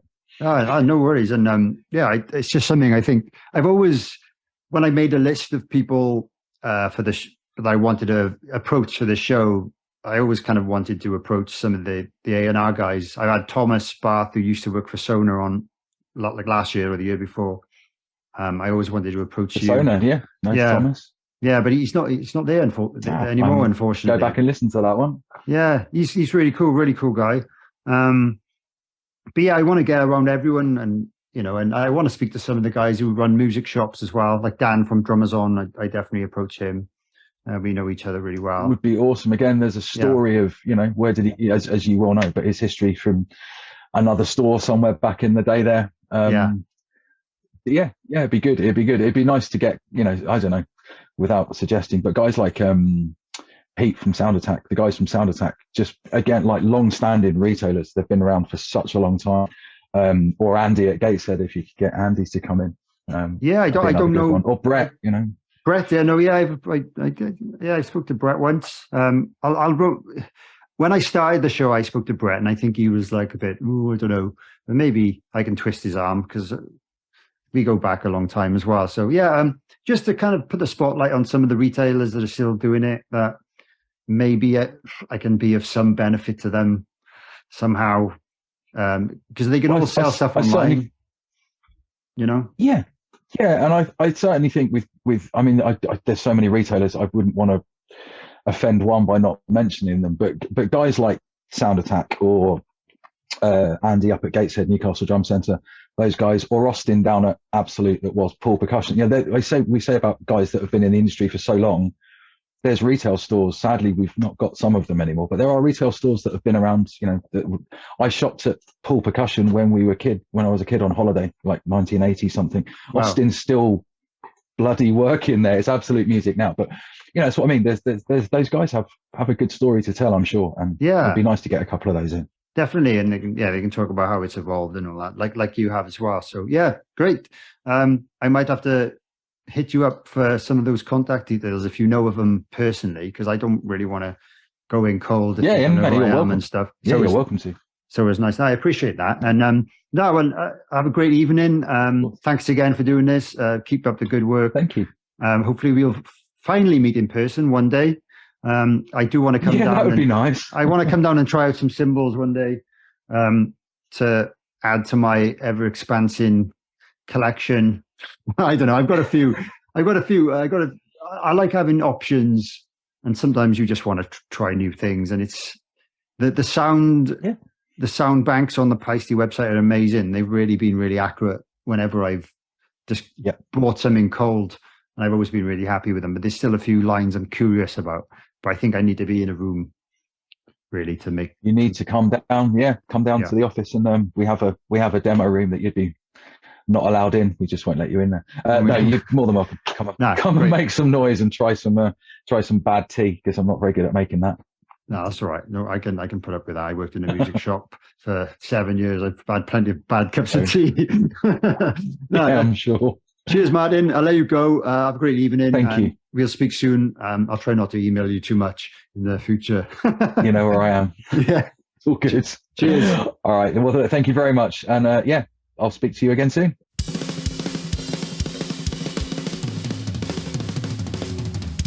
Drum for the Song Podcast. Thanks for listening to this episode of Drum for the Song podcast. If you've enjoyed this, please consider liking the video and subscribing if you're watching on YouTube, or subscribe and follow wherever you get your podcasts. If you could leave me a review or comment, that would be fantastic too, as it helps other people discover this show. Please also consider sharing this with any family members or friends who might enjoy the content. You can also follow me on social media at Dane_drums or at Drum for the Song, or search for Drum for the Song on Facebook to follow the page and join the official Facebook group. If you'd like to support the podcast, you could purchase some merchandise from drumforthesong.com, or consider supporting me via Patreon from just £3 per month for additional exclusive content like bonus episodes, video calls with myself, competitions, discounts, and much more. Any additional support is always greatly appreciated, but I would like to give extra special thanks to my top tier Groove Master patrons, whose names are listed in the description below. My name is Dane Campbell, and thanks so much for watching or listening this far. If you're a drummer, don't forget to drum for the song.